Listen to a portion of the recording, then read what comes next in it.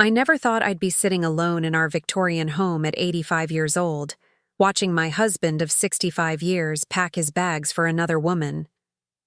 Walter looked me straight in the eye that morning and said, "Ellie, I've been faithful. For 6 decades. That's long enough." Then he told me he was leaving, for Judith Pearson, his high school sweetheart before I came along. The woman who'd been widowed just 6 months earlier and had apparently reached out to reconnect. That same afternoon, Walter emptied our joint accounts of nearly $2 million and left his wedding ring on the nightstand. 65 years of marriage, 3 children, 7 grandchildren, and all of it meant nothing the moment Judy batted. Her eyelashes. Before we jump back in, tell us where you're tuning in from, and if this story touches you, make sure you're subscribed, because tomorrow, I've saved something extra special for you. But what Walter forgot about, what he never bothered to remember, was that special clause buried on page 7 of our prenuptial agreement. The clause my father had insisted upon, the one Walter signed without a second glance because he was too busy trying to impress my family. "If you're going to marry into timber money," my father had said, "I need to know my daughter will never suffer for it." Little did any of us know how crucial those carefully chosen words would become more than half a century later. And now, Walter thinks he's walking away with everything, heading for his sunset years with his high school flame.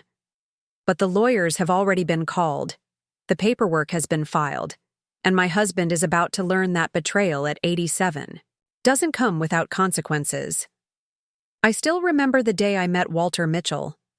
It was the summer of 1958, and Mapleton was hosting its annual Founders' Day celebration down by the harbor. I was 19, home from my first year at college, wearing a blue dress my mother insisted brought out my eyes. Martha, my older sister, had dragged me along despite my protests that I had reading to catch up on. "You can't spend your whole summer with your nose in those accounting books," she'd insisted. "Besides, the Mitchell boy is back from the service. Everyone says he's going places." I had no interest in the Mitchell boy or any boy that summer. I had plans, big ones. I was one of only 7 women in the business program at my university, and I was determined to prove I belonged there. My father had built Collins Timber from nothing, and while my brother was the presumed heir, I intended to carve out my own place in the company. But then Walter appeared at the lemonade stand, tall and confident in his dress uniform. When he smiled at me, something inside me shifted. He wasn't like the other young men in Mapleton. There was no family money behind him, no connections to leverage, just ambition, intelligence, and a determination that matched my own. "Eleanor Collins," he said, extending his hand instead of making small talk about the weather like everyone else. "I hear you're studying business. I want to start my own someday. Maybe you could teach me a thing or two." 6 months later, we were engaged. My father was hesitant. The Mitchells were respectable, but certainly not in our social circle. Walter's father worked at the paper mill, and his mother took in sewing. But I was in love with his drive, his dreams, and the way he looked at me like I was the smartest person in any room. "If you insist on marrying him," my father had said one evening in his study, cigar smoke curling toward the ceiling, "then we'll need some protections in place. Collins' money stays with Collins' blood." I didn't argue. I understood business, and marriage was the most important partnership I'd ever enter. The prenuptial agreement was thick with legalese, and Walter bristled at first. "Doesn't your father trust me?" he asked, hurt evident in his eyes. "It's not about trust," I explained. "It's about prudence. Would you go into business without clear terms?" Walter signed it without reading every page. "I don't need your family's money," he said proudly. "I'll build something of my own. You'll see." And he did. With a loan from my father, that Walter insisted on repaying in full, he opened Mitchell's Hardware on Main Street.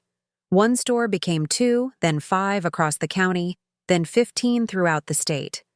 By our 10th anniversary, Walter had created a regional chain that rivaled the bigger national brands. I gave up my own ambitions to support his. When Robert was born in 1960, followed by Patricia 2 years later, I embraced motherhood while keeping Walter's books in the evening. As the business grew, I managed our household, raised our children, hosted dinners for potential investors, and edited every business plan Walter drafted at our kitchen table. "We're partners," Walter would say, kissing my forehead as I balanced the monthly accounts. "None of this would be possible without you, Ellie." When Walter wanted to expand beyond New England in the 1980s, I spent months researching potential markets while also caring for my ailing parents. When my father passed and left me a substantial inheritance, I invested every penny in Walter's vision. The Mitchell Hardware headquarters in downtown Mapleton employed over 100 people, and Walter's face beamed from the company newsletter each month. "My wife is the secret to my success," he told the Chamber of Commerce when they named him Business Leader of the Year in 1992. "Ellie believed in me when I was just a poor boy with big dreams. For 65 years, I stood by his side.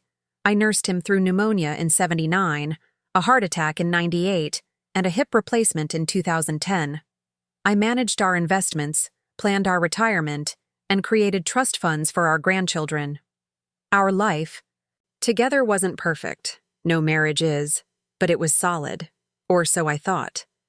Last spring, Walter started attending his high school reunion committee meetings. I thought nothing of it. At our age, connecting with old friends seemed natural. Mortality becomes more real with each passing year, and nostalgia is a powerful comfort. "Judy Pearson is on the committee," he mentioned casually one evening. "Remember her? She married David Reynolds right after graduation." I did remember. Judith had been Walter's girlfriend through most of high school, a pretty girl with auburn hair who'd written passionate notes in his yearbook. They'd broken up when Walter enlisted, and he'd met me the summer after his return. "David passed 6 months ago," Walter continued, his tone too deliberately casual. "Cancer. She's having a hard time, apparently." I expressed my sympathies and thought little more about it. Walter and I were in our 80s, well past the age of jealousy or insecurity. We'd built a life together, weathered every storm side by side. There was nothing to fear from a widow seeking comfort in old friends. How wrong I was. Walter began coming home later from committee meetings. He bought new cologne. He started taking longer walks alone, for his heart health, he claimed. And then came the text messages that made his phone chime at odd hours. He'd glance at the screen and smile before excusing himself to answer. Grace, my oldest friend, noticed the change during our weekly bridge game at the country club. "Walter, seems different lately," she remarked carefully, arranging her cards. "More energetic." I brushed off her concern. "The reunion planning is good for him. Gives him purpose since he retired." Grace gave me a look I chose to ignore. At 85, I didn't want to entertain the possibility that my husband might be slipping away. We were past all that, or should have been. Then came that fateful morning 3 months ago. Walter sat across from me at our breakfast table, the same table where we'd shared meals for decades, and cleared his throat. "Ellie, we need to talk," he said, setting down his coffee cup with a determination I recognized from his business dealings. "I've made a decision." I waited, a piece of toast halfway to my mouth, as Walter explained that he'd reconnected deeply with Judith, that they'd realized they still had feelings for each other, that at their age they didn't want to waste whatever time they had left. "I care for you deeply," he said, as if that softened the blow. "You've been an excellent wife and mother, but Judy and we have unfinished business. I need to see where this leads before it's too late." The toast turned to ash in my mouth. 65 years of marriage, and you're leaving me for unfinished business? Walter had the decency to look uncomfortable. "I've consulted with Andrew," he said, referring to his lawyer. The house is in both our names, so we'll need to sell it and divide the proceeds. The brokerage accounts are joint property. I've already withdrawn my share to secure a new place. My hands trembled. Your share? You mean the money I helped you earn? The accounts I managed while you built your business?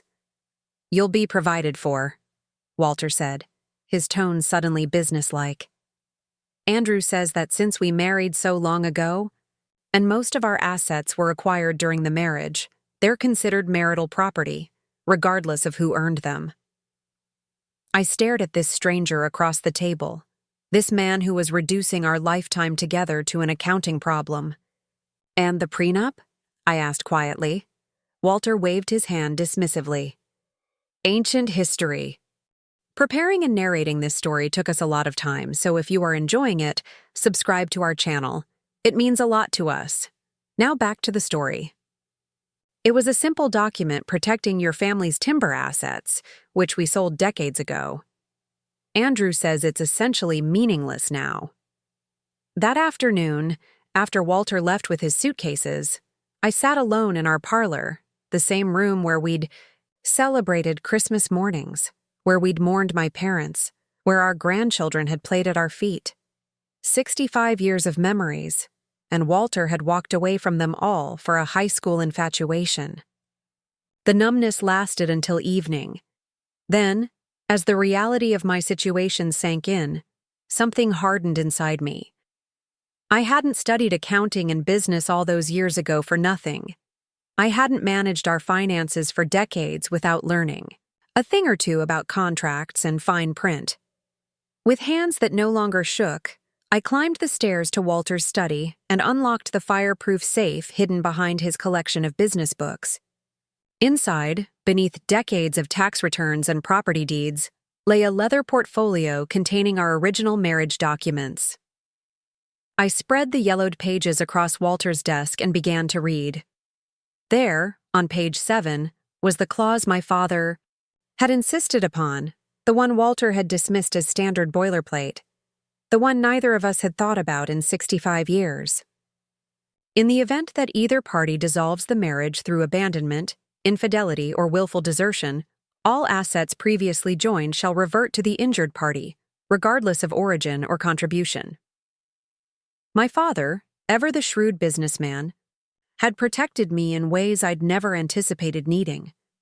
The prenup hadn't just safeguarded the Collins timber fortune, it had created a safety net for a future none of us could have imagined. I picked up the phone and called Daniel Harrington, the son of my father's original attorney, and now the head of his own firm. Daniel, I said when he answered, I need your help. I believe my husband has made a very costly mistake. The next morning, I sat in Daniel's office as he reviewed the prenuptial agreement with growing amazement. Mrs. Mitchell, this clause is extraordinary, he said, adjusting his reading glasses. It's broadly worded but legally binding. Your father was quite forward-thinking for 1959. Is it enforceable? I asked. After all this time? Daniel nodded slowly. Prenuptial agreements don't expire unless they contain specific sunset provisions. This one doesn't. And Mr. Mitchell's actions, emptying joint accounts, moving in with another woman, constitute clear abandonment under the terms defined here. Hope flickered inside me. So what does this mean, practically speaking? It means, Daniel said, leaning forward, that Walter has inadvertently triggered a clause that entitles you to everything. The house, the brokerage accounts, his pension, even his shares in Mitchell Hardware, which, although he's retired, still generate substantial dividends. I sat back, stunned. Everything? Everything, Daniel confirmed. Your father created a prenup that was ahead of its time. Most agreements of that era only protected premarital assets. This one contains penalty clauses for misconduct that apply to all marital property as well. I thought of Walter, so confident that his lawyer had everything figured out, so certain that at worst we'd split our assets down the middle. What? About Walter's new condo? I asked. The one he purchased with the money from our joint accounts? Daniel smiled grimly. If he used marital funds to buy it, and we can prove those funds were improperly removed after he decided to leave the marriage, then legally, that property could be yours as well. As I left Daniel's office, I felt no triumph, only a profound sadness mingled with determination. I hadn't asked for this fight. I hadn't wanted the final chapter of my life to involve lawyers and asset recovery. But Walter had made his choice, and now we would both live with the consequences. That evening, I received a call from Patricia, our daughter. "Mom," she said, her voice tight with anger. "Dad just told us about Judith. I can't believe he's doing this to you after all these years." "How did Robert take it?" I asked, thinking of our son who had always idolized his father. Patricia sighed. "He's in shock. We all are. Dad's trying to spin it as some grand romance, saying life is too short. And he deserves happiness." "And what do you think?" I asked carefully. "I think," Patricia said firmly, "that you deserved better than this. You gave up your career for him. You built that business alongside him. You managed everything so he could pursue his dreams." Her loyalty warmed my heart, but I didn't want to place our children in the middle. "Your father made his choice," I said simply. "Now I'm making mine." After we hung up, I walked through the empty house, touching familiar objects. The grandfather clock Walter had given me for our 25th anniversary, the photo albums chronicling our life together, the quilt my mother had made for our marriage, bed. 6.5 decades of shared history, and Walter had discarded it all for a fantasy from his youth. I poured myself a small glass of sherry, my one indulgence each evening, and settled into my favorite chair by the window. Outside, Mapleton continued as it always had. Neighbors walked their dogs. Children rode bicycles along the sidewalk. The world hadn't stopped, even if mine had temporarily tilted on its axis. As I sipped my sherry, I realized something important. I was experiencing grief, yes, but not desperation. At 85, I had lived through my parents' deaths, watched friends succumb to age and illness, and buried a grandchild taken too soon by a drunk driver. I had survived heartbreaks before. I would survive this one too. Moreover, I wasn't without resources. I had my health, my mind, our children's support, and now, thanks to my father's foresight, I would have financial security as well. The next day, I visited First Atlantic Community Bank, where the manager, a woman younger than my granddaughter, listened sympathetically to my situation. "Mrs. Mitchell, I'm so sorry about your husband's actions," she said. "Unfortunately, he was an authorized user on your joint accounts, so the withdrawals were technically legal. However, we can certainly help you secure what remains." I left with new accounts in my name only, passwords Walter would never guess, and a credit card that had nothing to do with our shared financial past. Small steps toward independence I'd never expected to need at this stage of life. That evening, the doorbell rang. I opened it to find Reverend Davies on my porch, his expression grave. "Eleanor," he said gently, "Walter came to see me this morning. He asked me to speak with you, to help you understand his situation." I invited him in, offered tea which he declined, and listened as this man 30 years my junior attempted to explain the workings of the human heart. "Walter feels this connection with Judith is a gift," the Reverend said carefully. "A chance to experience joy in his final years. He hopes you can find it in your heart to forgive him and approach the dissolution of your marriage with Christian charity." I set down my teacup and looked directly at Reverend Davies. "Did Walter mention that he emptied our joint accounts before telling me he was leaving? Did he share that his lawyer assured him I'd have no claim to the business I helped him build?" The Reverend shifted uncomfortably. "He mentioned there were financial matters to resolve." "I see," I said, rising slowly from my chair. "Then please deliver a message to my husband. Tell him I've consulted my own lawyer about those financial matters." Tell him I expect a full accounting of every penny he removed from our joint holdings. And tell him," I paused, choosing my words carefully, "that my father taught me never to sign a contract I hadn't read thoroughly. A lesson Walter apparently never learned." After the Reverend left, I called Daniel. "I'm ready," I told him. "File whatever paperwork you need to. It's time Walter understood exactly what he's walked away from." 2 days later, Walter received formal notice of my intent to enforce the prenuptial agreement. Within hours, he was at the door, his face flushed with anger. "What is this?" he demanded, waving the legal documents at me. "Some kind of joke?" I invited him into the home that would soon legally be mine alone. "It's the prenuptial agreement you signed in 1959, I said calmly. "Page 7, paragraph 4. Perhaps you should read it this time." Walter snatched the document, fumbling for his reading glasses. I watched his expression change as he absorbed the implications of those carefully worded sentences. "This can't be enforceable," he spluttered. "It's been 65 years. "Daniel assures me it is," I replied. "Your lawyer should have found it during due diligence. That's what you pay him for, isn't it?" Walter's face paled. "Ellie, be reasonable. This would leave me with nothing." "Not nothing," I corrected him. "You'll have exactly what you chose, Judith." He tried another approach. "Think of our children, our grandchildren. What will they say when you take everything from their father?" The appeal to family, from the man who had just fractured ours, ignited something in me.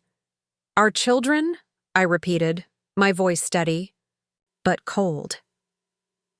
"The ones who watched me support you for 65 years. Who saw me manage the household, the finances, your social calendar, and your health affairs while you took all the credit. Those children?" Walter's shoulders sagged. For the first time, uncertainty clouded his eyes. "What do you want, Ellie?" "I want what's legally mine," I answered simply. "Every asset we built together, the assets you thought you could divide, up like leftover pie, taking the bigger piece for yourself and your new life." Walter left defeated, but I knew better than to consider this settled. He hadn't built a hardware empire without tenacity.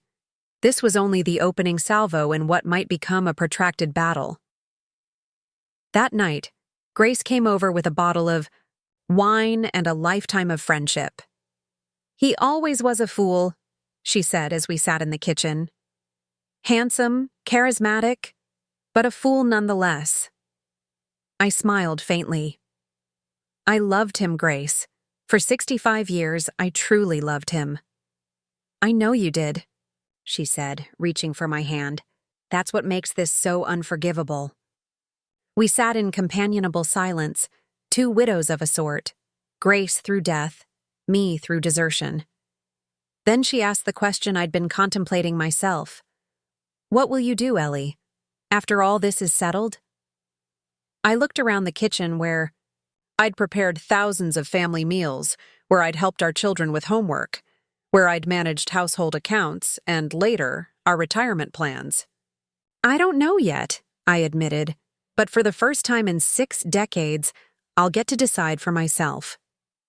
As Grace left, she hugged me tightly. "You're stronger than you think, Eleanor Mitchell. Always have been." After she drove away, I climbed the stairs to the bedroom I'd shared with Walter since Eisenhower was president. I opened my jewelry box and removed my wedding ring, a modest diamond that had seemed enormous to a young bride in 1959. I held it in my palm, feeling its familiar weight. Then I placed it in the drawer of my nightstand, next to the ring Walter had left behind. 2 circles of gold, no longer connected, a fitting symbol for what we had become. The next morning, I awoke with purpose. Walter had taken my past, but he wouldn't take my future, however many years I had left. I dressed carefully, fixed my hair, and drove myself to Daniel's office for our scheduled meeting. "We've received a response from Mr. Mitchell's attorney," Daniel informed me as I settled into the chair across from his desk. They're contesting the validity of the prenuptial agreement based on its age and what they're calling unreasonable penalty provisions. I nodded, unsurprised. And your assessment? They're grasping at straws, Daniel said confidently. The law is clear. Your father's attorney drafted an ironclad agreement. Unless there's some document we're unaware of, a codicil or amendment that nullified these provisions, Walter has no legal ground to stand on. There is no such document, I assured him. What happens next? Daniel leaned forward. We proceed with the asset recovery process. It may take time, but eventually, the courts will enforce the terms of the agreement. I thought about the months ahead, the legal filings, the potential court appearances, the inevitable gossip in our small community. At 85, this wasn't how I'd envisioned spending my remaining years. But as I left Daniel's office, something unexpected happened. For the first time since Walter's betrayal, I felt a flicker of excitement about the future. Not because I would reclaim our financial assets, although that justice was important, but because I was finally steering my own course. For 65 years, my life had been defined by my role as Walter's wife. His ambitions had become mine. His schedule had dictated our days. His preferences had shaped our home, our social circle, our retirement. Now, standing on the sunlit sidewalk of downtown Mapleton, I realized I had been given an unexpected gift. The chance to rediscover Eleanor Collins, the young woman who had once had dreams of her own. The morning after my meeting with Daniel, I woke to the sound of car doors slamming in my driveway. I peered through the bedroom curtains to see Robert's sedan parked behind Patricia's SUV. My children had arrived together, unannounced. This wasn't going to be a casual visit. I dressed quickly, ran a brush through my silver hair, and made my way downstairs. By the time I reached the kitchen, Patricia had already put on a pot of coffee, and Robert was arranging pastries from Brennan's bakery on the good china, the wedding gift from Walter's parents that we'd used only for special occasions. "Mom," Patricia said, wrapping me in a hug that felt somehow protective. At 63, my daughter still moved with the energy that had made her captain of the swim team in high school. "We didn't want to call ahead in case you said not to come." Robert approached more cautiously. My son had Walter's height and build, but my cautious temperament. At 65, his hair had long since gone gray, and the responsibilities of running Mitchell Hardware had etched permanent worry lines around his eyes. "Dad called us both last night," he said without preamble. "He's in a state." I settled into my usual chair at the kitchen table. "I imagine he is." Patricia poured coffee for all of us, her movements brisk and efficient. "He claims you're trying to take everything from him, that you've dug up some ancient document and are using it to punish him." I stirred a teaspoon of sugar into my coffee. "I'm enforcing a legal agreement your father signed willingly before our marriage. An agreement he chose not to read carefully at the time." Robert shifted uncomfortably. "Mom, he's 87 years old. If you take everything, where will he go? What will he do?" The question stung, not because it was unfair, but because it revealed where my son's concerns truly lay. Not with the 85-year-old mother who'd been abandoned, but with the father who'd done the abandoning. "Your father has made his choice," I said, keeping my voice steady. "He chose Judith Pearson over our marriage. He chose to empty our joint accounts without discussion. He chose to walk away from 65 years together without a backward glance. Now he's facing the consequences of those choices." Patricia reached for my hand. "Mom, we're not defending what Dad did. It's indefensible. We just worry that if this gets ugly, it will hurt everyone, including you." I looked at my daughter, this strong woman who'd navigated her own difficult marriage and come out the other side. "Patricia, what would you have done if Thomas had emptied your accounts and moved in with an old girlfriend?" She didn't hesitate. "I'd have taken him to the cleaners, but that was different. I was younger with children to support. And I'm old, so I should just accept being discarded? I asked softly. Accept that the life we built together means nothing the moment a more exciting option appears? Robert cleared his throat. No one's saying that, Mom. We just want to find a reasonable solution. Maybe a settlement that gives you security without leaving Dad destitute.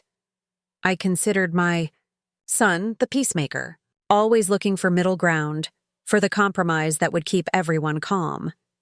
It had made him an excellent businessman, but sometimes prevented him from seeing situations clearly. Robert, your father consulted his lawyer before making any decisions. He believed, and was apparently advised, that at worst we would split everything 50-50. He was willing to accept that outcome when he thought it was the worst-case scenario. The fact that the actual consequences are more severe doesn't make his actions any less calculated. Patricia's expression hardened. Wait, Dad talked to Andrew before telling you he was leaving? He planned this? I nodded. According to Walter himself, he sought legal advice about our assets before informing me of his decision to end our marriage. Robert looked ill. That doesn't sound like Dad. But it did. That was exactly Walter. Thorough, strategic, always 3 steps ahead in any negotiation. It was what had made him successful in business and, apparently, in planning his exit from our marriage. I'm not trying to turn you against your father, I said gently. He's still the man who taught you to fish, who built Mitchell Hardware from nothing, who loved you both fiercely. But he made a choice, and that choice had terms. Attached to it 65 years ago, terms he accepted. My children exchanged glances, a silent communication that excluded me. Finally, Robert sighed. We'll talk to him, he said. Try to make him understand that this situation requires a reasonable solution. In the meantime, is there anything you need? What did I need? The question was both simple and impossibly complex. I needed the past 3 months erased. I needed my husband to have been the man I thought he was. I needed 65 years of marriage to amount to more than a discarded obligation, but I said only, I'm fine for now. Daniel is handling the legal aspects, and I have enough in my personal account for immediate expenses. After they left, promising to return soon, I wandered through the empty house. Photographs lined the hallway. Our wedding day, the children's, graduations, family vacations, our 50th anniversary cruise. A documented life that now felt like elaborate fiction. I paused at a picture from 1983, Walter receiving the Chamber of Commerce Award, his arm around my waist, both of us beaming. The local newspaper had quoted him praising me as the secret to his success. Had that been genuine gratitude or merely the expected public acknowledgement of a supportive wife? The telephone rang, interrupting my thoughts. I answered to hear Grace's concerned voice. Ellie, are you sitting down? I've just come from the country club. I sank into the nearest chair. What happened? Walter was there for lunch. Grace said, her voice tight with indignation. With Judith. They were holding hands across the table like teenagers. And Ellie, she was wearing a diamond ring, a big one. The room seemed to tilt slightly. He's engaged? Apparently, Grace confirmed. Linda Peterson stopped by their table, and Judith made quite a show of flashing it around. Said they're planning a small ceremony next month. Just family and close friends. Family, our children, our grandchildren. Would they attend this ceremony celebrating the relationship that had destroyed our marriage? There's more, Grace continued reluctantly. Walter was telling Harold Freeman that he's restructuring some assets due to his new situation. Harold asked if that meant selling his Mitchell Hardware shares, and Walter said he might have to, depending on how unreasonable you decide to be. My fingers tightened around the receiver, the business shares. Of course, Walter would use those as leverage. He knew how much I valued the company we'd built together, how proud I was of its place in the community. The thought of those shares being sold to outside investors, the Mitchell name potentially disappearing from the stores, would be calculated to pressure me. "Thank you for telling me," I said, keeping my voice steady. "What are you going to do?" Grace asked. I thought about Walter and Judith, planning their new life together, making decisions about our shared assets as if they were his alone to distribute. "Exactly what my lawyer advises," I replied, "and not one bit less." After hanging up, I called Daniel immediately and relayed what Grace had told me. "He can't sell those shares," Daniel assured me. "We've already filed for an emergency injunction, preventing the disposal of marital assets pending resolution of the prenuptial enforcement. If he attempts to sell the Mitchell hardware stock, he'll be in contempt of court." Relief washed over me. "Thank you." "Mrs. Mitchell," Daniel said, carefully, "there's something else you should know. We've been investigating the withdrawals from your joint accounts, and we've discovered that some transfers began almost 6 months ago. Small amounts at first, then increasingly larger sums. 6 months. Half a year of secretly siphoning funds while sleeping beside me each night. While celebrating our 65th anniversary, while planning his escape. Can we recover those funds?" I asked, my voice sounding distant even to my own ears. "We're working on it," Daniel said. "But Mrs. Mitchell, Eleanor, you need to prepare for the possibility that this might get considerably worse before it gets better. Mr. Mitchell appears to be liquidating assets wherever possible, likely in anticipation of the prenup being enforced." After the call ended, I sat motionless in Walter's study, surrounded by the books and awards that chronicled his business success. Success I had contributed to in countless ways, often unseen and unacknowledged. I had believed we were partners, in every sense. Now I understood we had been playing entirely different games. The doorbell chimed, pulling me from my thoughts. I wasn't expecting anyone else today, and part of me wanted to ignore it. But decades of social training, a proper "lady always answers the door," propelled me to my feet. I opened the door to find Judith Pearson standing on my porch. Time had been kind to her. At 84, she was still slim, her auburn hair now a carefully maintained silver white, her makeup tastefully applied.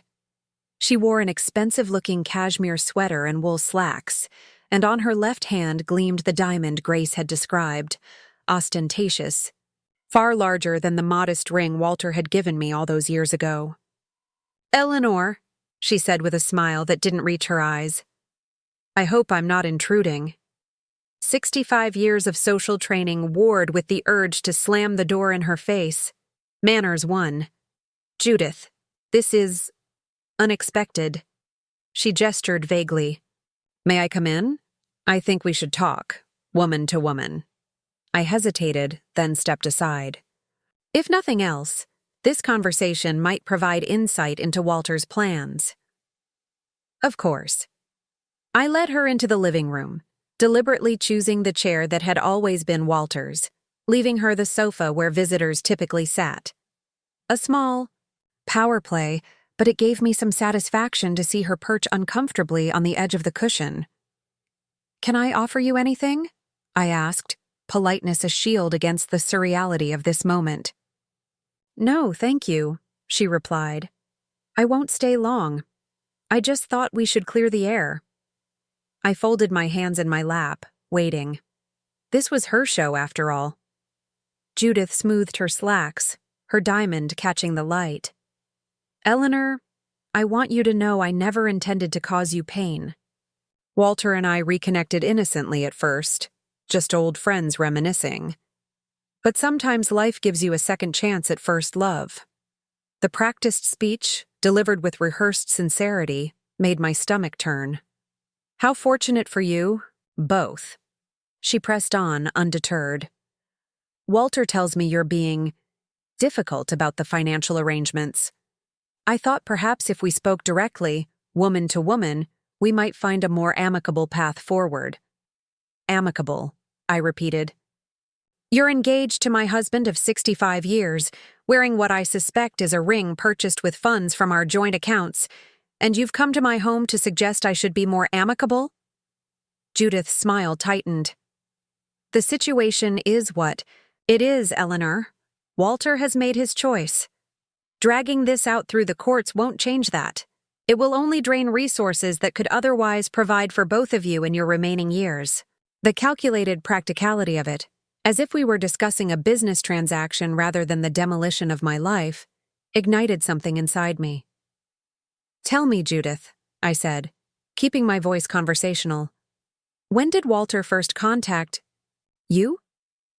Was it before or after David passed away? A flicker of something, discomfort, perhaps guilt, crossed her face. I don't see how that's relevant. Indulge me. She sighed theatrically. If you must know, Walter reached out after seeing David's obituary in the paper. He sent a condolence card. It was a kind gesture from an old friend, nothing more. And when did the kindness evolve into something that warranted emptying joint bank accounts and planning a wedding? I asked, still maintaining my pleasant tone. Judith's facade cracked slightly. I don't know what Walter has told you about our financial discussions, but I assure you, I never asked him for anything. Whatever arrangements he's made have been his decision entirely. Of course, I agreed. Walter has always been decisive. It's one of his most admirable qualities. Though I'm curious, has he told you about our prenuptial agreement? The slight widening of her eyes told me everything. He mentioned there was an old document your lawyer has dredged up, some technicality that won't hold up in court. I smiled faintly. Did he happen to mention what that technicality entails? That in the event of abandonment or infidelity, all marital assets revert to the injured party? That would be me, Judith? She dismissed this with a wave of her bejeweled hand. Ancient history. No court will uphold something signed before man walked on the moon. Daniel Harrington disagrees, I said mildly. As will the judge, I suspect. The law is quite clear on this point. Valid contracts don't expire simply because they're inconvenient. For the first time, uncertainty flickered across Judith's face. Walter says it will be resolved. I'm sure he does, I replied. Walter has always been optimistic. It's another of his admirable qualities. Judith's composure was slipping. This wasn't going according to whatever script she and Walter had prepared. What do you want, Eleanor? She asked bluntly. Is this about money or revenge? I considered the question seriously. Neither, actually. This is about consequences. Walter made vows, legal and moral commitments, that he chose to break. The prenuptial agreement simply defines what happens as a result of that choice. So you'll take everything? She challenged. Leave him with nothing at the end of his life? Is that the legacy you want? The question struck deeper than she knew. Legacy. What would mine be? The dutiful wife? The vindictive ex? The cautionary tale? My legacy, I said slowly, will be determined by far more than how I respond to being abandoned at 85. But it will certainly include standing up for myself when necessary. Judith stood abruptly. I can see this conversation is pointless. You're determined to punish Walter, regardless of who else gets hurt in the process. I remained seated, refusing to be rushed by her theatrical exit. I didn't invite this situation, Judith. Walter created it, with your willing participation. Whatever happens next is the natural outcome of those choices. At the door, she turned back, her expression hardening. You know, Walter always said you were cold underneath that perfect housewife exterior. Too practical to understand real passion. I see now what he meant. The barb was designed to wound, to make me question every moment of my marriage. Had Walter really said such things? Had he always seen me that way? But as the door closed behind Judith, I realized it didn't matter. Whatever Walter had said, whatever he truly believed, couldn't change the reality of our 65 years together. It couldn't erase the life we'd built, the family we'd raised, the business we'd grown. And it certainly couldn't change what was about to happen next. 3 days later, Robert called. His voice was strained, almost unrecognizable. "Mom, have you spoken to Dad's lawyer?" "Only through Daniel," I replied. "Why?" Robert exhaled heavily. "Dad just called me from Andrew's office. They've received the formal notice about the asset freeze. He can't access any accounts, can't sell any properties or stocks, can't even use his credit cards. Everything's locked until the court makes a ruling." I had known this was coming. Daniel had explained the process, but hearing it confirmed made it suddenly, brutally real. "I see," I said carefully. "And how is your father taking this development?" "How do you think?" Robert snapped, then immediately apologized. "I'm sorry, Mom. It's just, he's falling apart. He didn't understand what that prenup really meant. He thought at worst it would be a 50-50 split." "He should have read it more carefully," I said, unable to summon sympathy for Walter's predicament. "Or consulted with Andrew before making irreversible decisions." "That's just it," Robert said. "Andrew never saw the original prenup. Dad told him it was a standard agreement protecting your family's timber assets. Since those were sold decades ago, Andrew assumed the prenup was essentially irrelevant. The revelation shouldn't have surprised me, yet it did. How could Walter have been so careless with something so important? Had he truly believed the document signed at the beginning of our marriage had no bearing on its end? "What does your father expect me to do now?" I asked. Robert hesitated. "He wants to talk. Face to face. No lawyers. He says there has to be a reasonable solution that doesn't involve destroying everything he's built." Everything he's built. Not everything we've built. The distinction wasn't lost on me. "I'll consider it," I said finally. "But I'm not making any promises." After hanging up, I poured myself a rare midday sherry and carried it to the sun porch that overlooked my garden. The roses Walter had meticulously tended each spring were dormant now, their branches bare against the November sky. Would I agree to meet with him? What purpose would it serve, beyond giving him an opportunity to manipulate me as he had so many business opponents over the years? Walter had always been persuasive, had always known exactly which emotional buttons to push to achieve his desired outcome. Yet refusing to meet would only reinforce the narrative he was surely crafting, that I was vindictive, unreasonable, determined to destroy him out of spite. That narrative would spread through our social circle, perhaps even to our children and grandchildren. Did I want to spend my remaining years cast as the villain in Walter's tragic romance? I was still pondering this question when the doorbell rang again. This time, I found Martha, my sister, on the porch. At 87, she moved more slowly than she once had, but her expression was as fierce as ever. "I just ran into Judith Pearson at the pharmacy," she announced, brushing past me into the hallway. Wearing a rock the size of Delaware and telling anyone who'd listen about their spring wedding plans, the nerve of that woman. I led Martha to the kitchen, where I put on the kettle for tea. "So I've heard." Martha eased herself into a chair, her arthritis making the movement deliberate. "Grace called me, told me everything. Why didn't you call me yourself, Ellie? Finding out my baby sister's husband has lost his mind shouldn't come through the grapevine." I set out the teacups, our mother's bone china that Martha had insisted I take after the funeral. "I didn't want to worry you." "Your heart?" "Oh, please," Martha interrupted. "My heart is fine. It's my pride that's wounded, finding out about this mess third hand. Now sit down and tell me exactly what that fool has done and what you intend to do about it." Over tea, I recounted everything. Walter's departure, the emptied accounts, the prenuptial agreement, the impending legal battle. Martha listened without interruption, her expression growing increasingly thunderous. "And now, Robert wants you to meet with Walter, she summarized when I finished. To find a reasonable solution, as if walking out on his wife of 65 years could ever be reasonable. I sighed. I don't know what to do, Martha. If I refuse to meet, I look petty and vindictive.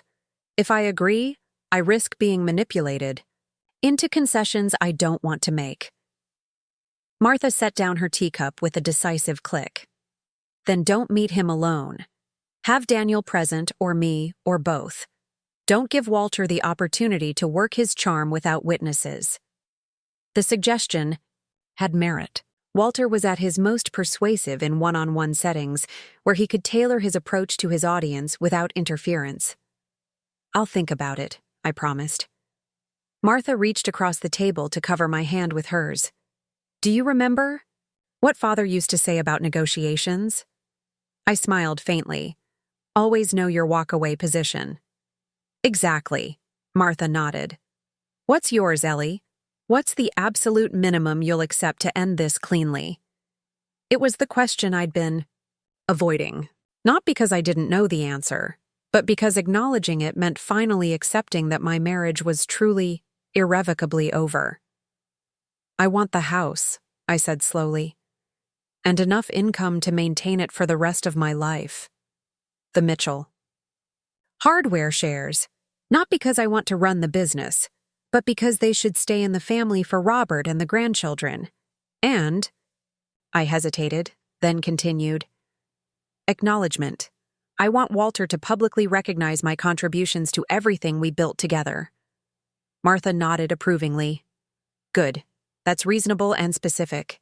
Stick to those terms no matter what Walter says or how he tries to make you feel.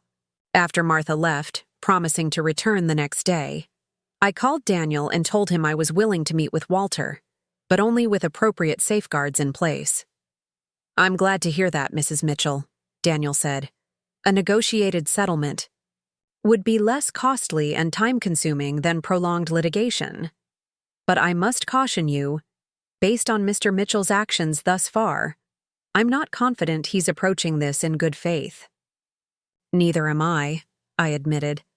That's why I want you present for any meeting, and I'd like to hold it on neutral ground, not here, not your office, and certainly not anywhere Walter suggests. We settled on the private dining room at the Mapleton Inn, a local landmark known for its discretion. Daniel would make the arrangements and contact Walter's lawyer with the details. That evening, as I prepared for bed in the room that still held too many reminders of Walter, my phone rang. I answered, to hear Patricia's voice, uncharacteristically hesitant. Mom, I just wanted you to know. Dad asked us to attend his wedding, Robert and me, and the grandchildren. The pain was swift and sharp, like a physical blow. I see. I told him it was inappropriate, Patricia continued quickly, that asking us to celebrate while he's in the middle of legally dismantling. His marriage to you was incredibly insensitive. Relief mingled with gratitude. Thank you, Patricia. Robert's having a harder time with it, she admitted. Dad played the I'm 87. This might be my last chance at happiness card. You know how Robert hates conflict. I did know. My peacekeeping son, always trying to accommodate everyone, even when their demands were fundamentally incompatible. Your brother needs to make his own decision, I said, though the thought of Robert attending Walter and Judith's wedding created a hollow feeling in my chest. I won't put either of you in the middle more than you already are. Patricia made a sound of frustration. That's just it, Mom. Dad's the one putting us in the middle, not you. He's the one who blew everything up and now expects everyone to pretend it's normal, to celebrate even. After we hung up, I stared at my reflection in the bathroom mirror as I removed my makeup. The face looking back at me was lined with 85 years of living, laughing, worrying, crying, loving. A roadmap of a life fully lived. What would the next chapter of that life look like? If the prenuptial agreement was enforced as Daniel expected, I would have financial security for whatever time remained to me. The house would be mine. The Mitchell hardware shares would remain in the family. I would, in material terms, be exactly where I had been before Walter left, except alone. But if I negotiated, settled for less than the prenup provided, what message would that send? That at 85, I valued peace over justice?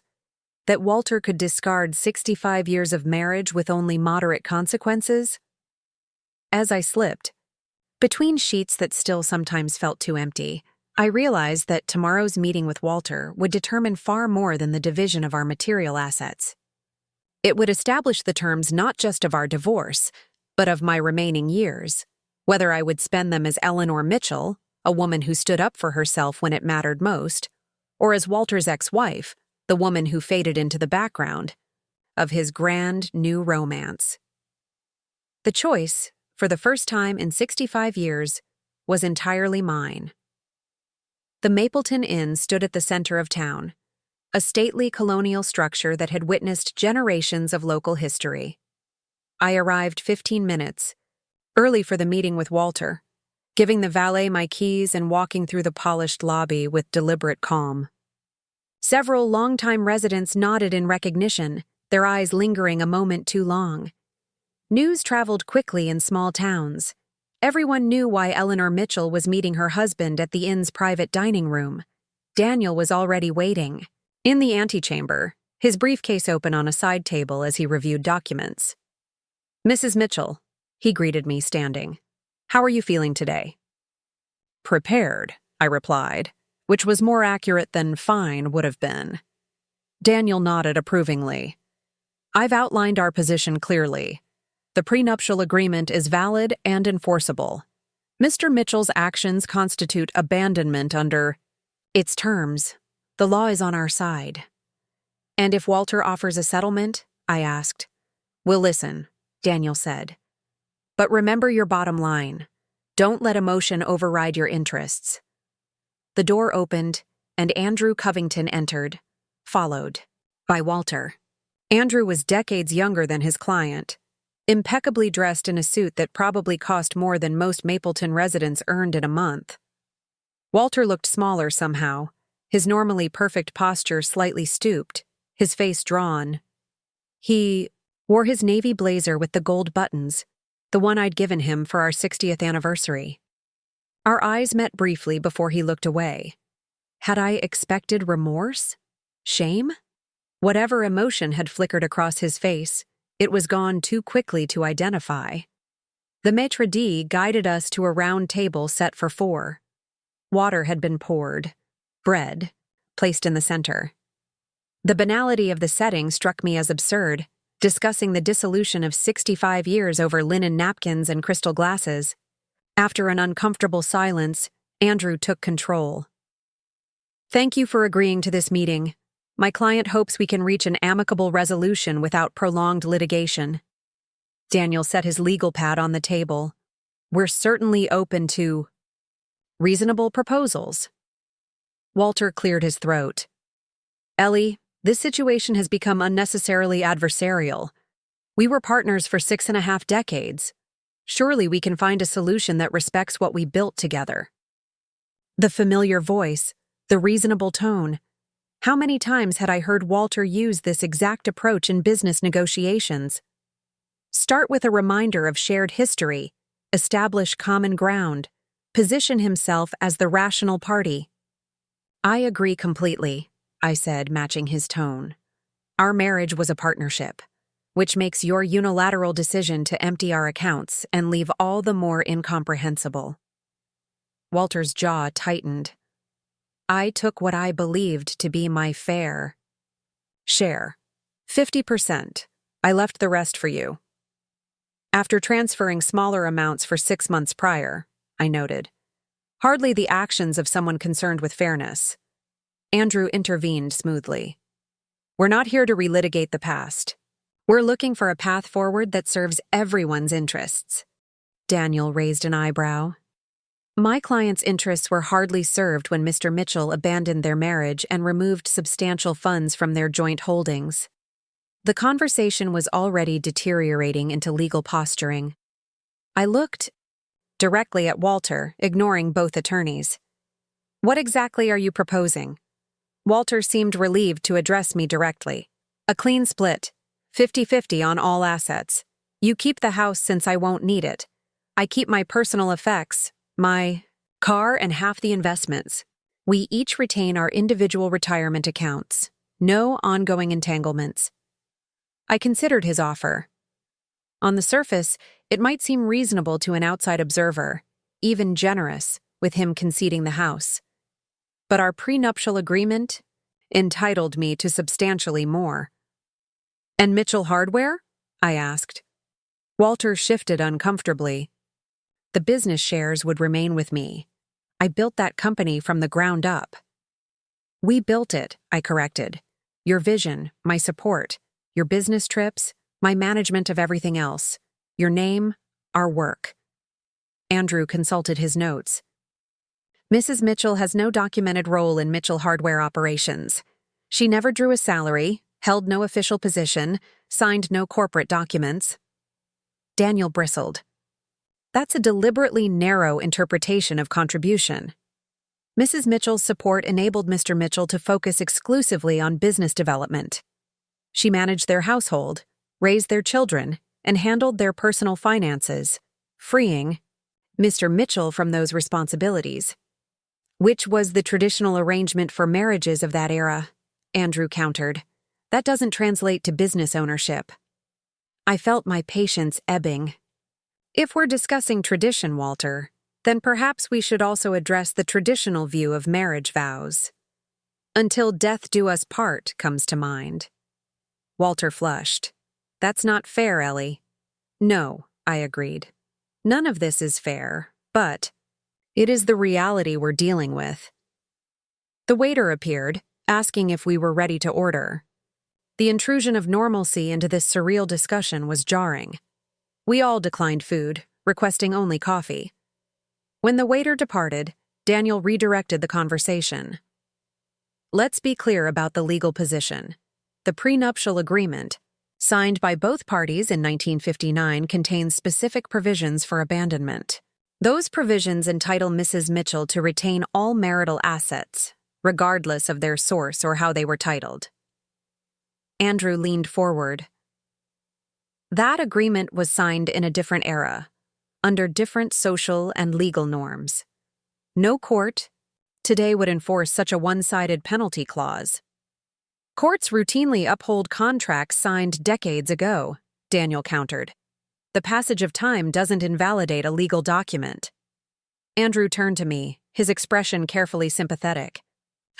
Mrs. Mitchell, regardless of what your attorney believes the prenup entitles you to, do you truly want to strip your husband of 65 years of everything he's worked for? Is that the legacy you want for your family? The attempted manipulation was so transparent I almost laughed. Instead, I took a sip of water and gathered my thoughts.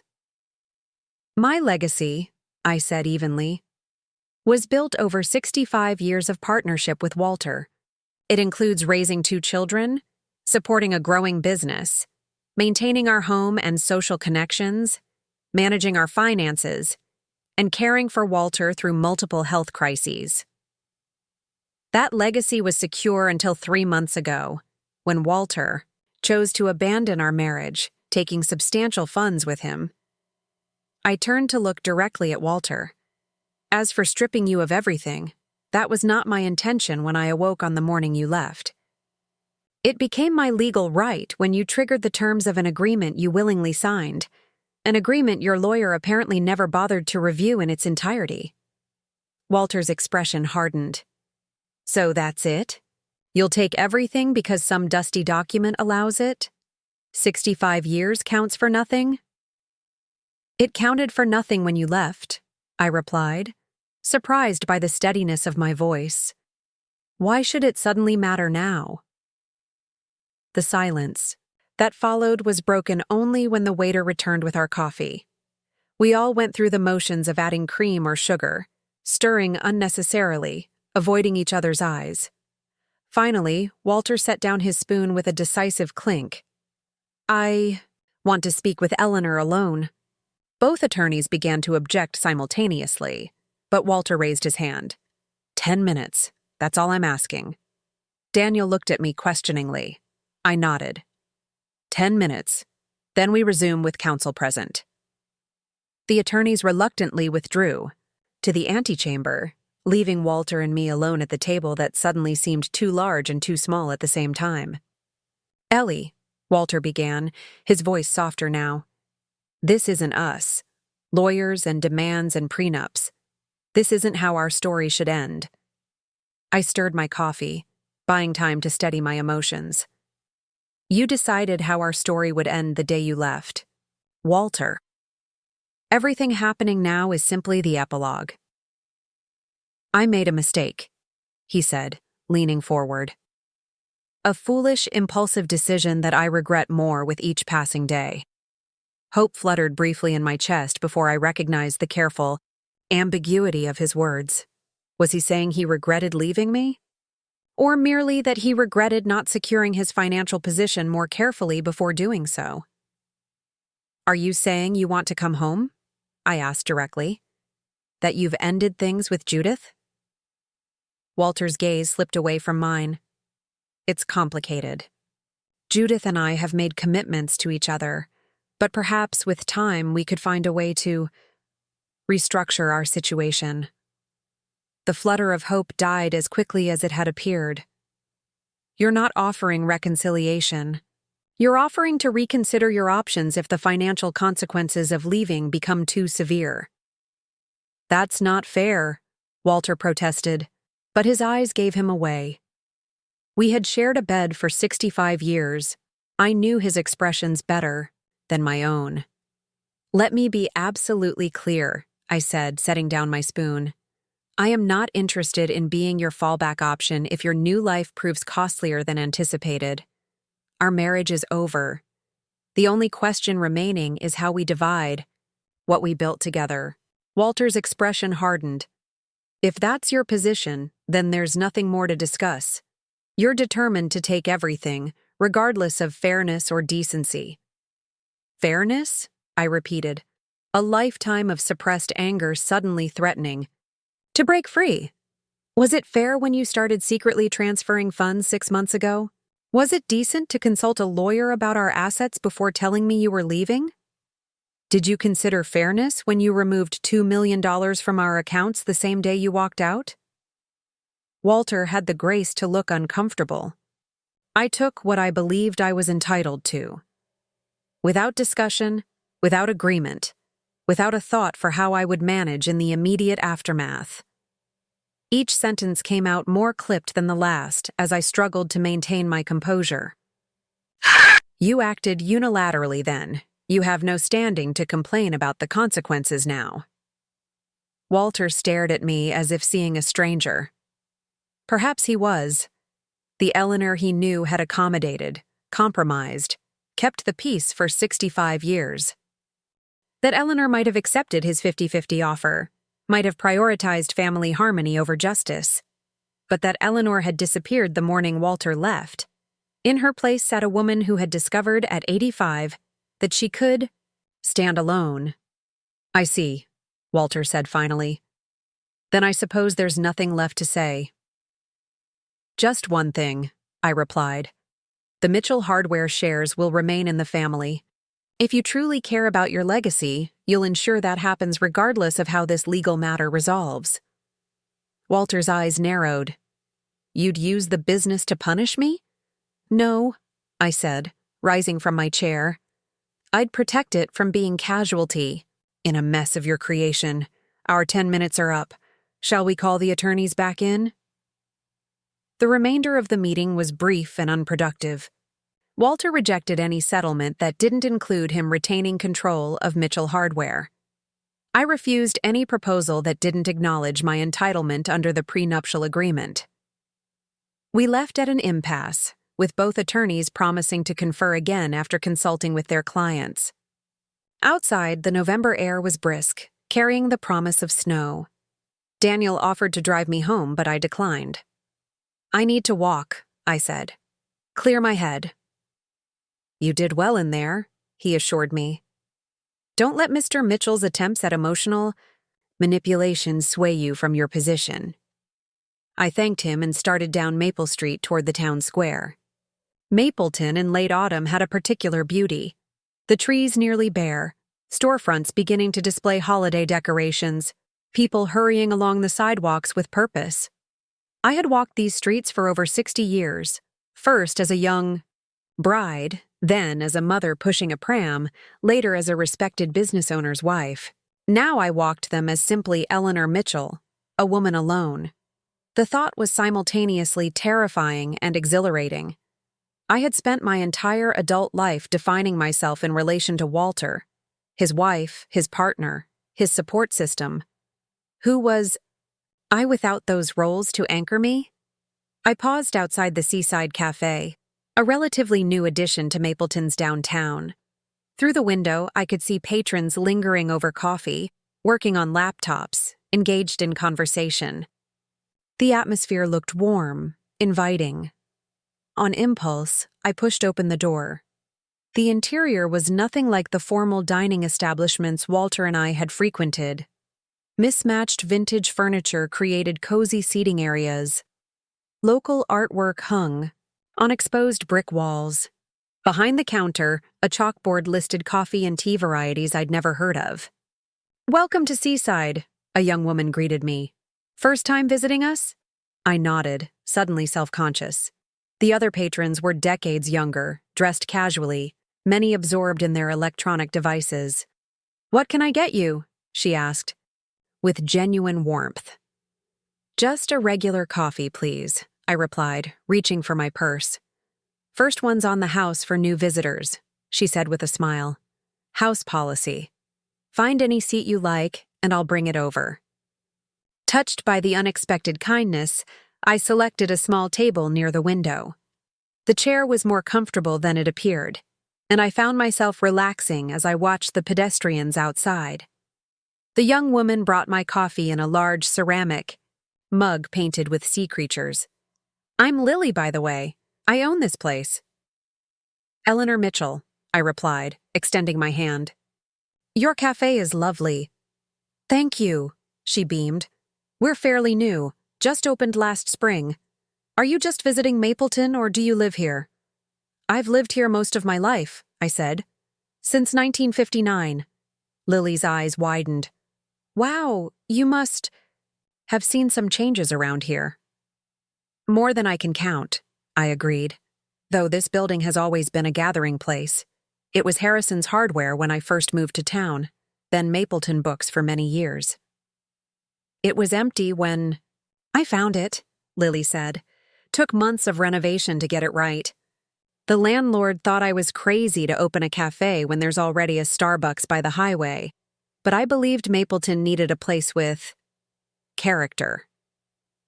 As she spoke about her business, her face animated with passion, I felt a pang of recognition.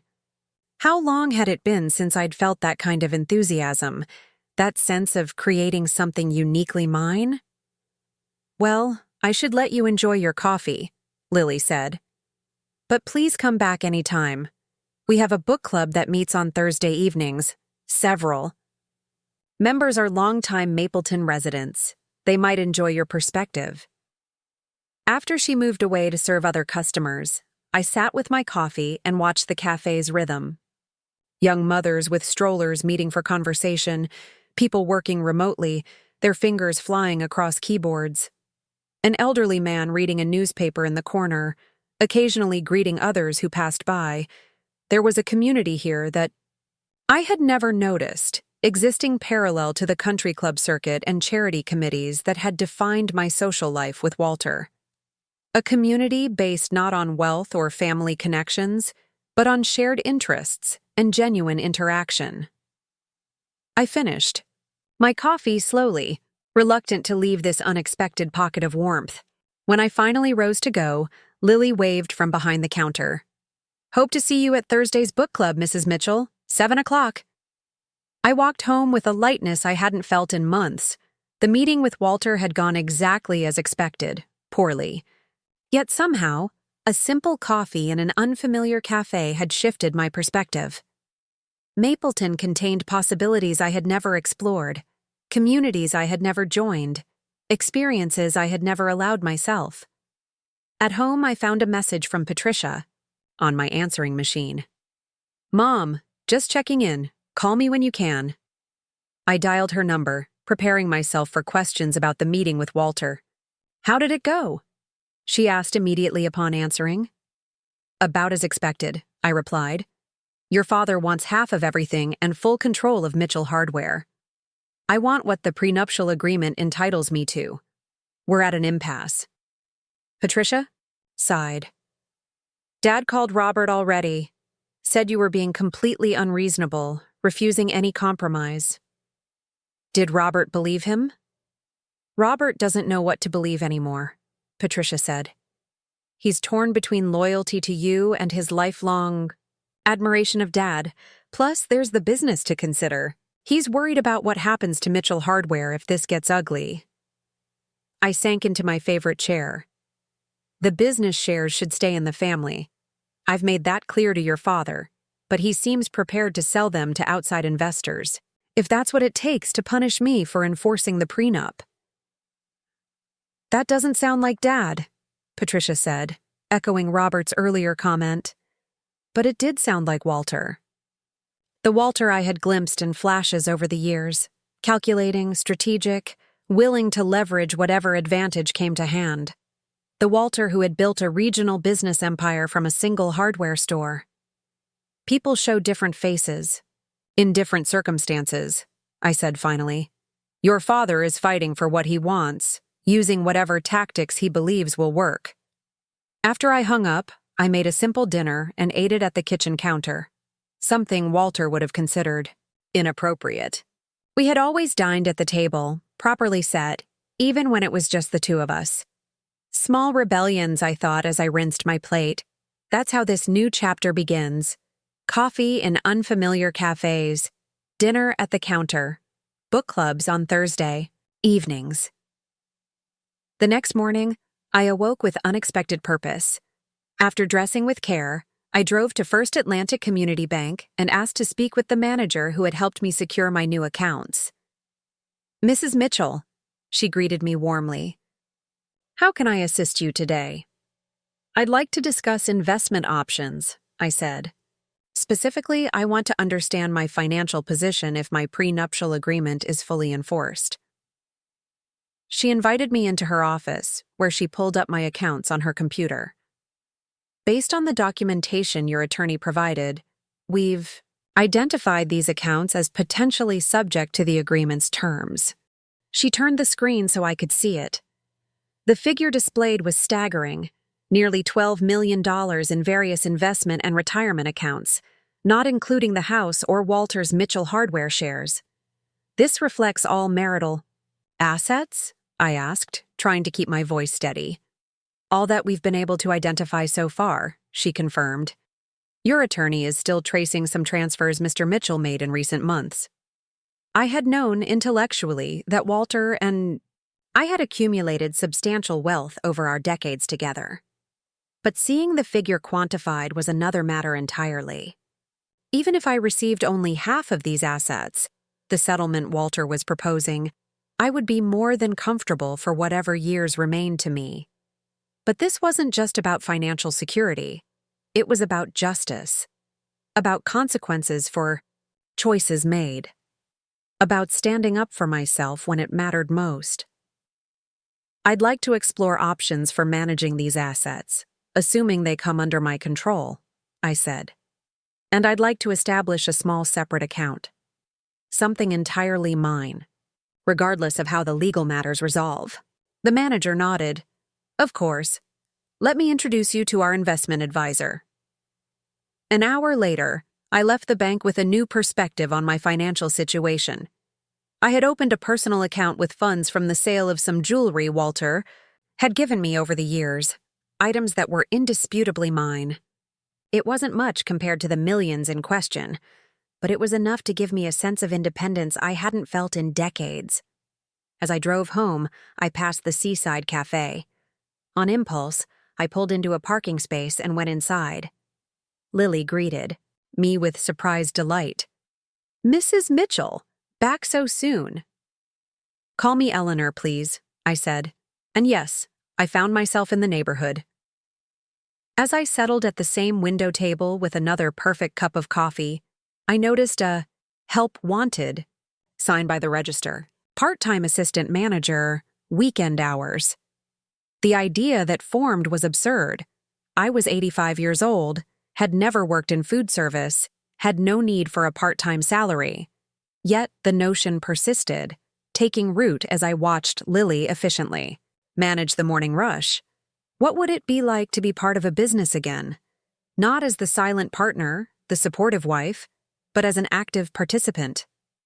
To use my organizational skills, my financial acumen, my people sense in service of something new.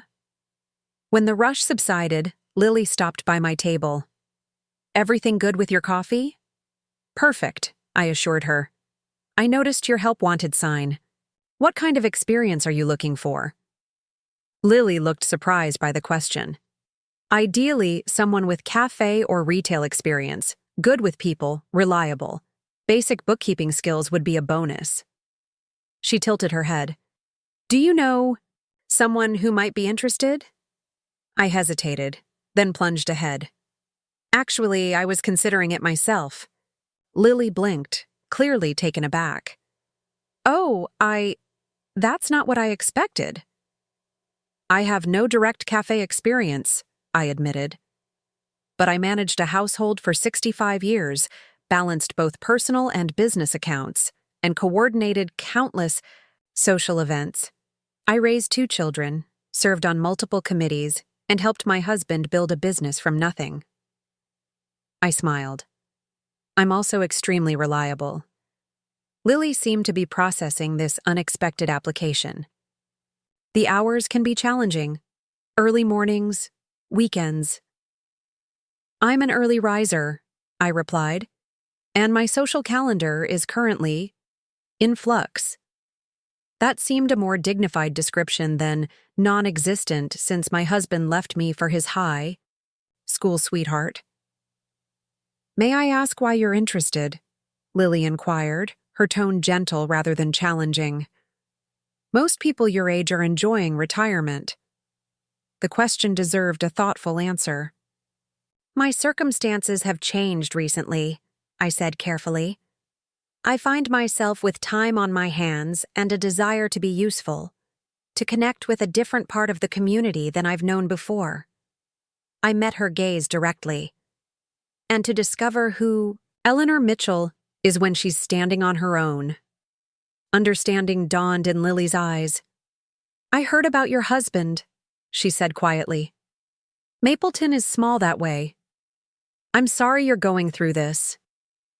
I appreciated that she didn't offer platitudes or judgment. "Thank you. It's been educational." Lily studied me for a moment, then smiled. "How about this? Come in Saturday morning, 7 to 11 now. We'll call it a trial run. You can see if you actually enjoy cafe work, and I can see how you handle the morning rush. No commitment on either side." It was a fair offer. "I'll be here," I promised. As I drove home, I felt a curious blend of terror and exhilaration. Had I really just applied for a part-time job at a coffee shop? At 85? What would Walter say if he knew? What would our friends at the country club think? But that was precisely the point, wasn't it? For the first time in 65 years, Walter's opinion didn't determine my choices.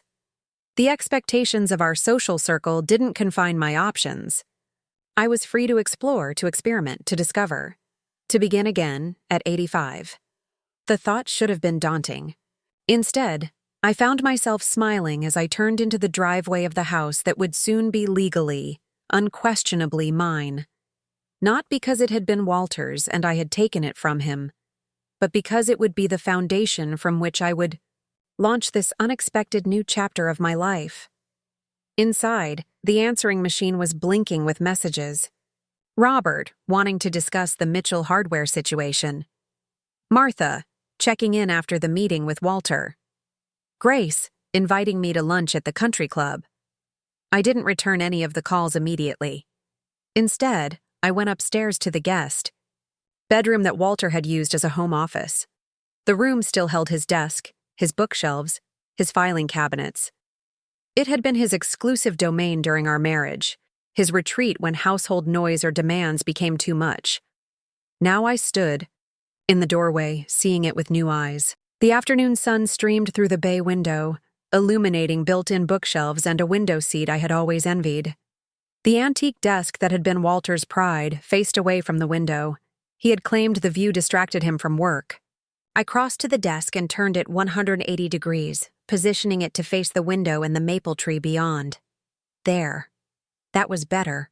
One could work and still be connected to the world outside. The shelves would need clearing, Walter's business. Books and mementos would go to him eventually. But I could already envision what would replace them. My neglected collection of novels, photography books, travel guides for places I'd always wanted to visit, but Walter had dismissed as too touristy or too far from business centers. This room would become my study, my retreat, my command center for whatever came next. I sat in Walter's leather chair, my chair now, and swiveled to face the window. Outside, a cardinal landed on a branch of the maple tree, its bright red plumage stark against the gray November sky, a flash of color in an otherwise monochrome scene. Like a woman discovering herself at 85, I thought, after 65 years of marriage. Sometimes the most vibrant chapters come last. Saturday morning arrived with a dusting of snow, the first of the season. I rose at 5:30, an hour earlier than my usual time, oddly nervous about my trial run at the seaside cafe. What does one wear to work as a coffee shop assistant at 85? After deliberating longer than I care to admit, I settled on comfortable slacks, a cashmere sweater, and practical flats.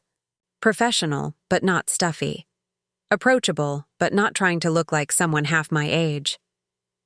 The streets of Mapleton were quiet as I drove downtown, most residents still nestled in their beds on a weekend morning. The cafe's windows glowed warmly. In the pre-dawn darkness, a beacon of activity when most of the town slumbered. I parked directly in front and took a deep breath, reminding myself that this was just a trial. 4 hours. I could manage anything for 4 hours. Lily greeted me at the back entrance, her hair pulled into a practical ponytail, already wearing an apron dusted with flour. "Eleanor, right on time. Come in. We've got about 45 minutes before we open, and there's plenty to learn." The next half hour was a whirlwind of information. How to operate the espresso machine, more complex than launching a space shuttle, it seemed. The point-of-sale system, blessedly straightforward, where supplies were kept, and the rhythm of the morning service. "Saturday mornings are our busiest time," Lily explained, showing me how to stack the freshly baked scones in the display case. Young families, people heading to weekend activities, tourists in the warmer months. The rush usually hits around 8:30 and doesn't slow until 11. I absorbed everything with focused attention, determined not to become the elderly novelty worker who couldn't keep up. Precision and organization had been my strengths for decades. Surely those skills would transfer to a new environment. At 7 o'clock, Lily unlocked the front door, and the cafe gradually came to life. Early customers drifted in, joggers needing caffeine, parents with sleepy children in tow, weekend workers grabbing breakfast before their shifts. I stayed beside Lily at the counter, observing her interactions, how she remembered regular customers' orders, the efficient way she moved between tasks. By 8 o'clock, I was taking simple orders under Lily's supervision, carefully operating the register, and greeting customers with the social ease that had served me well as a business owner's wife. Several Mapleton residents did double takes upon seeing me behind the counter, but most recovered quickly and treated me with the same politeness they'd always shown at charity events or committee meetings. At 8:30, the real rush began. A line formed at the counter, tables filled, and the kitchen sent out a steady stream of breakfast items. I found myself swept into the flow, taking orders, serving pastries, clearing tables, whatever was needed in the moment. There was no time to feel self-conscious or uncertain. The work demanded immediate presence. "Large latte, no foam, extra shot for David," I called, setting the cup on the pickup counter. "Blueberry scone and chamomile. Tea for Lisa." A young couple at the register looked at me curiously. The woman leaned forward and asked, "Is this your first day? I don't remember seeing you here before." "It is," I confirmed with a smile.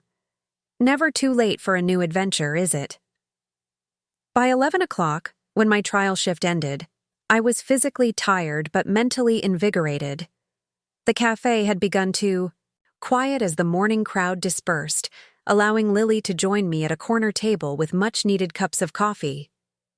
"So," she said, studying me over the rim of her mug, "what did you think? Still interested after experiencing the Saturday morning?" Chaos? I considered the question honestly. My feet ached. My back felt the strain of bending to wipe tables. I'd fumbled with the espresso machine more than once. But I'd also connected with dozens of people, contributed to a smoothly running operation, and experienced a workplace environment utterly different from anything in my previous 8.5 decades. "Surprisingly, yes," I replied. "It's exhausting but satisfying in a way I hadn't anticipated." Lily smiled. "You did well. Better than I expected, to be honest. You have a natural way with customers, and you stayed calm during the rush." "Thank you," I said, warmed by the genuine praise. "Does that mean I've passed the trial?" "With flying colors," Lily confirmed. "If you're still interested, I'd like to offer you the weekend morning shift, Saturdays and Sundays, 7 to 11. We can discuss pay and start date whenever you're ready." I accepted without hesitation, surprising even myself with the immediacy of my decision. We settled on a modest hourly wage, far less than I'd need to live on, but more than enough to give me a sense of earning my own way again, and agreed I would start the following weekend. As I drove home, I realized I hadn't checked my phone all morning. When I did, I found 3 missed calls from Daniel, my attorney. I returned his call immediately. "Mrs. Mitchell," he greeted me, his tone more formal than usual. "I've been trying to reach you. There's been a development in your case." "What's happened?" I asked, suddenly alert. "Mr. Mitchell has filed an emergency motion challenging the validity of the prenuptial agreement," Daniel explained. "He's claiming it should be voided on grounds of unconscionability, essentially arguing that its terms are so one-sided as to be fundamentally unfair by contemporary standards." "Will that work?" I asked, a knot forming in my stomach. "It's a desperate move," Daniel assured me. "The agreement was properly executed. Both parties had capacity to contract. The terms were clear. The fact that Mr. Mitchell failed to read it carefully is not grounds for voiding a 65-year-old document." "So, we fight it," I said. "Absolutely. We've already prepared our counter-motion. But Mrs. Mitchell, there's something else you should know. Mr. Mitchell has also begun liquidating his personal assets, items that are indisputably his alone." A cold feeling spread through me. "What does that mean for our case?"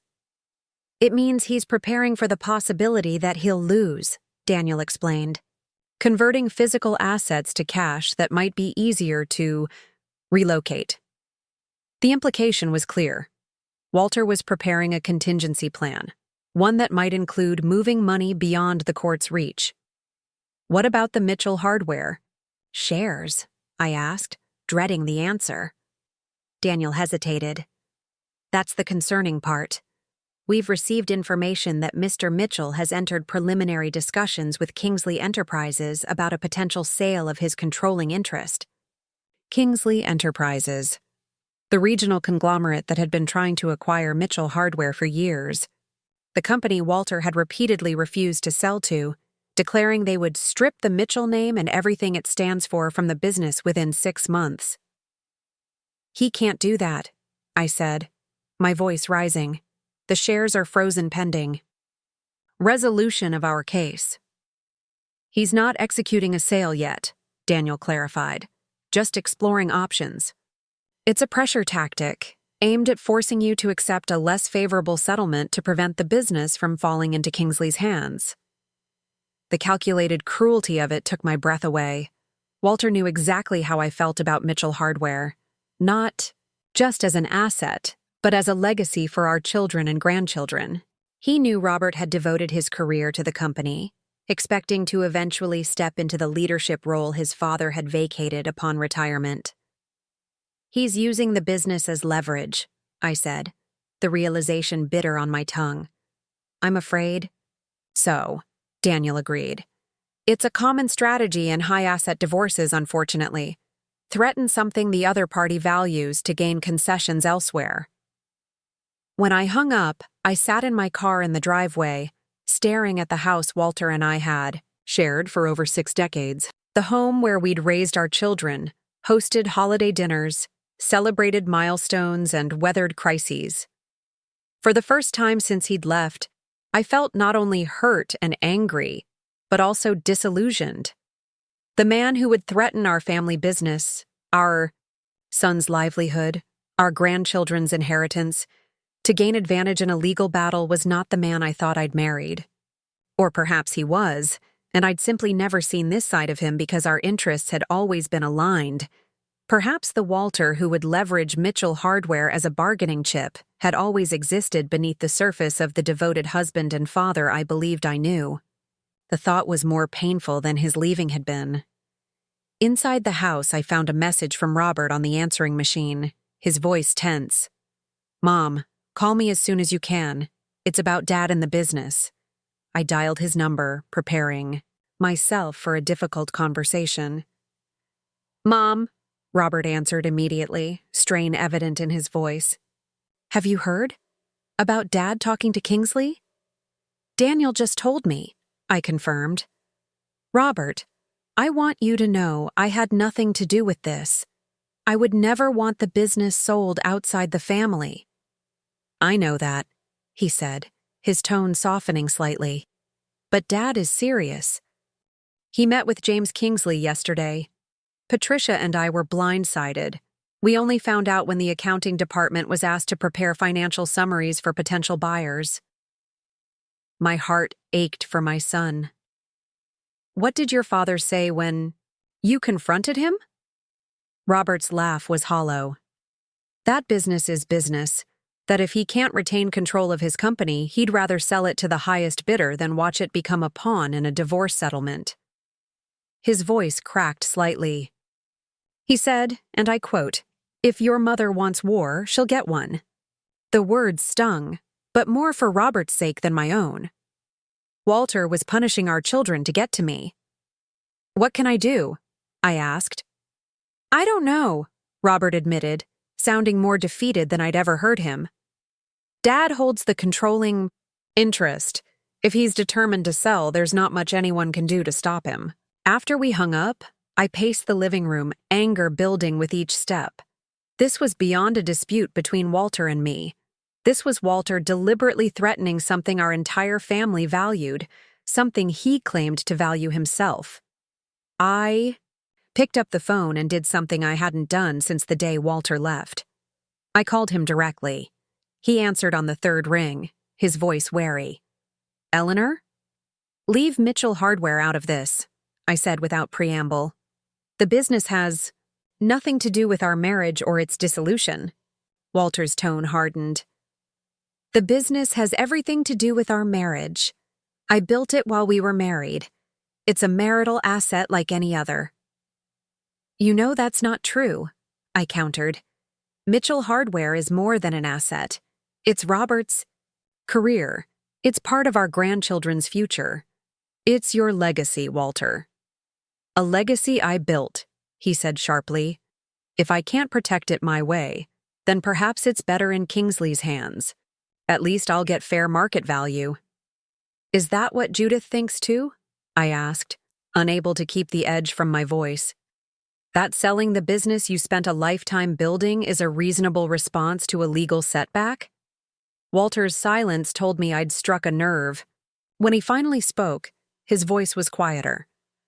Judith doesn't understand the business world. She thinks I should simply give you what you want and be done with it. An unexpected ally in Judith. The irony might have been amusing under different circumstances. Then why are you pursuing this course? I pressed. Because I will not be stripped of everything at 87, Walter replied, heat returning to his voice. I built something from nothing, Ellie. Yes, you supported me. Yes, you managed our home and raised our children. I've never diminished that contribution.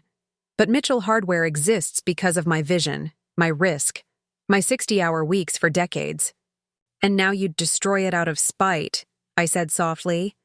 Not spite, Walter corrected. Self-preservation. You leave me no choice with your insistence on enforcing that prenup to the letter. I took a deep breath. There's always a choice. Walter, you chose to leave our marriage. You chose to empty our accounts. You're choosing now to threaten our family business rather than accept the consequences of your actions. Save the moral high ground for someone who hasn't known you for 65 years, Walter snapped. You're enjoying this, the chance, to finally control everything, to show everyone that perfect, proper Eleanor Mitchell isn't to be crossed. The accusation landed like a physical blow. Was there truth in it? Was I pursuing the prenuptial enforcement out of a desire for control? For vengeance? I want what I'm legally entitled to, I said finally. No more, no less. Then you'll get exactly what you've asked for, Walter replied, his voice cold. The prenup enforcement process will take months. By then, Mitchell Hardware will belong to Kingsley Enterprises, and your victory will taste like ashes. He hung up, leaving me holding the receiver, listening to the dial tone. I replaced it slowly, my thoughts churning. Walter was right about one thing. The legal process would take time. Too much time to save the business if he was determined to sell. I needed to find another way. That evening, I sat at Walter's desk, my desk now, in what was becoming my study. I'd cleared one bookshelf already, replacing his business manuals with my own eclectic collection of novels, poetry, and art books. The room was slowly transforming, becoming a reflection of Eleanor rather than Walter. On the desk before me lay printouts of the Mitchell Hardware articles of incorporation, bylaws, and shareholder agreements that Daniel had provided. I'd been reviewing them for hours, looking for anything that might prevent Walter from selling to Kingsley. The controlling. Shares had originally been divided between Walter and my father, who had provided the initial capital investment. Upon my father's death, his shares had transferred to me, and I had gifted them to Walter as a 25th anniversary present. A gesture of trust and partnership that now seemed naively romantic. The door chimed, pulling me from my research. I wasn't expecting visitors, especially so late in the evening. When I opened the door, I found Patricia on the porch, her expression grim. "Mom," she said without preamble, "we need to talk about Mitchell Hardware." I invited her in, leading her to the kitchen where I put on the kettle for tea. Patricia perched on a stool at the counter, her posture tense. "Robert told me about your conversation with Dad," she said. "About the Kingsley threat." I nodded, setting out cups and saucers. "Your father is using the business as leverage in our legal dispute." Patricia's eyes flashed with the same determination I'd seen since she was a small girl facing down playground bullies. "It's more than leverage, Mom. He's submitted formal notice to the board that he intends to entertain purchase offers. This isn't a bluff." The kettle whistled, giving me a moment to absorb this. I poured water over tea bags, focusing on the simple task to steady my hands. "What does the board say?"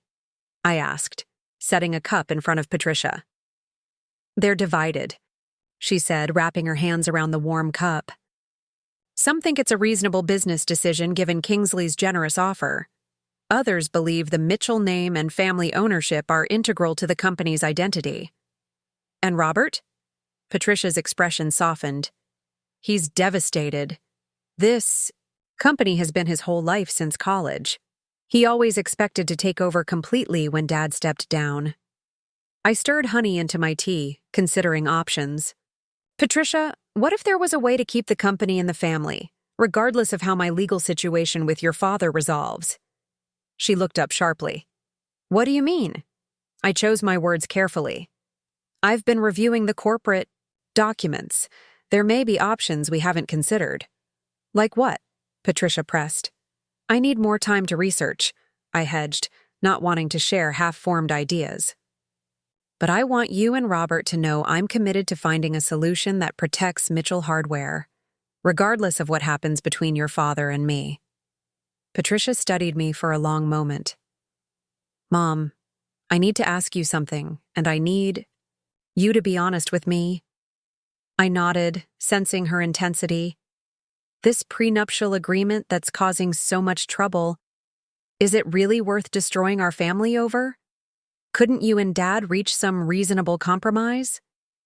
The question pierced my carefully maintained composure. Is that what you think I'm doing? Destroying our family? Patricia sighed, pushing a hand through her hair. No, that's not fair. Dad started this by leaving. But now it's escalated into something that affects all of us, not just you and him. The business, the family name, relationships between all of us. Everything's at stake. She wasn't wrong. What had begun as a personal betrayal was spiraling outward, threatening to damage connections that had nothing to do with Walter's and my marriage. I understand your concern, I said carefully. But compromising now, after your father has deliberately escalated the situation by threatening the business, feels like rewarding bullying tactics. Even if standing firm means losing Mitchell Hardware? Patricia challenged. I set down my teacup. That's exactly what I'm trying to prevent. After Patricia left, promising to keep our conversation between us for now, I returned to my study and the stack of legal documents. There had to be a solution. Something that would protect the business without capitulating to Walter's demands. I worked late into the night, making notes, cross-referencing articles and bylaws. Around midnight, my eyes fell on a clause I'd overlooked previously, tucked into an amendment made nearly 30 years ago when Mitchell Hardware had expanded beyond Massachusetts. I read it 3 times to be sure I understood its implications. Then I reached for the phone and called Daniel, despite the late hour. He answered groggily but became fully alert when I explained what I'd found. Mrs. Mitchell, he said, the excitement evident in his voice. This could change everything. I'll need to verify some details. But if this clause means what we think, it does. How quickly can you move on this? I asked. I'll start first thing tomorrow, he promised. But Mrs. Mitchell, you should be prepared. If we pursue this course, it will almost certainly destroy any possibility of an amicable resolution with Mr. Mitchell. I thought about Walter's threat to sell to Kingsley, his willingness to sacrifice our son's career and our family legacy for tactical advantage. I think we're well beyond amicable, Daniel, I replied. Let's proceed. Sunday morning, I went to my trial shift at the Seaside Cafe as planned, finding unexpected solace in the straightforward tasks of serving customers and learning the coffee preparation process. For 4 hours, I could focus on something other than prenuptial agreements and corporate bylaws. Lily noticed my distraction despite my efforts to stay present. Everything okay?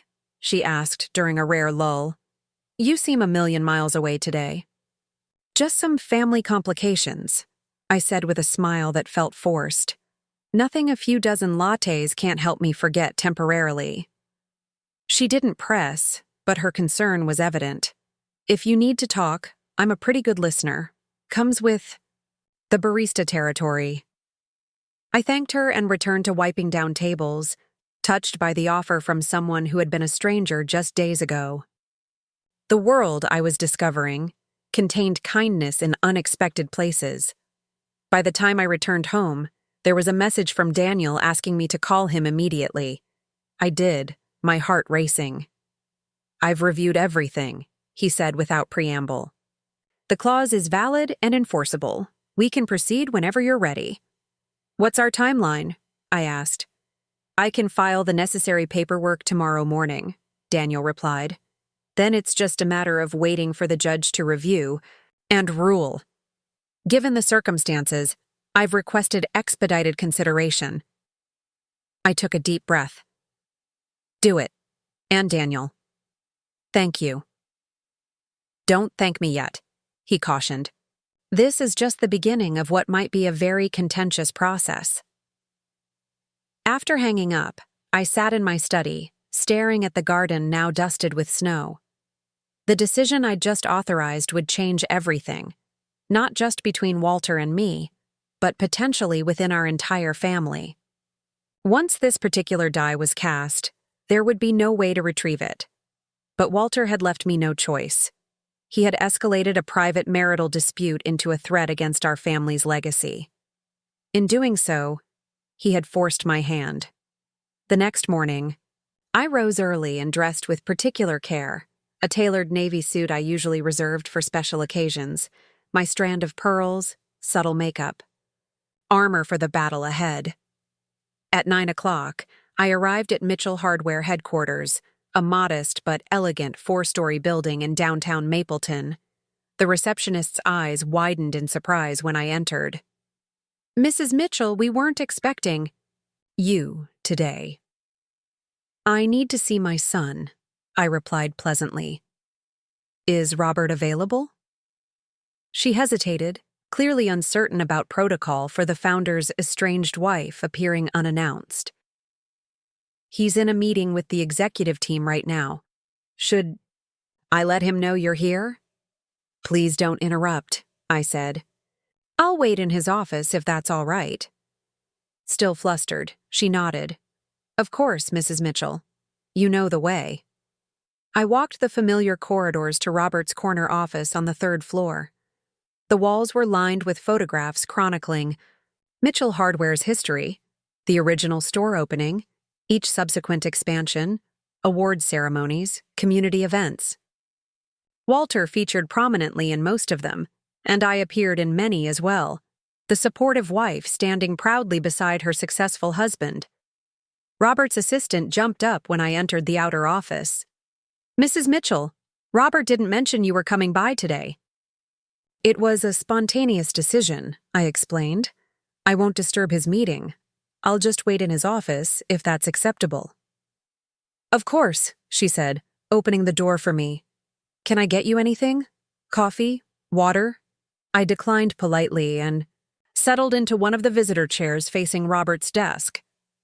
The office reflected my son's personality.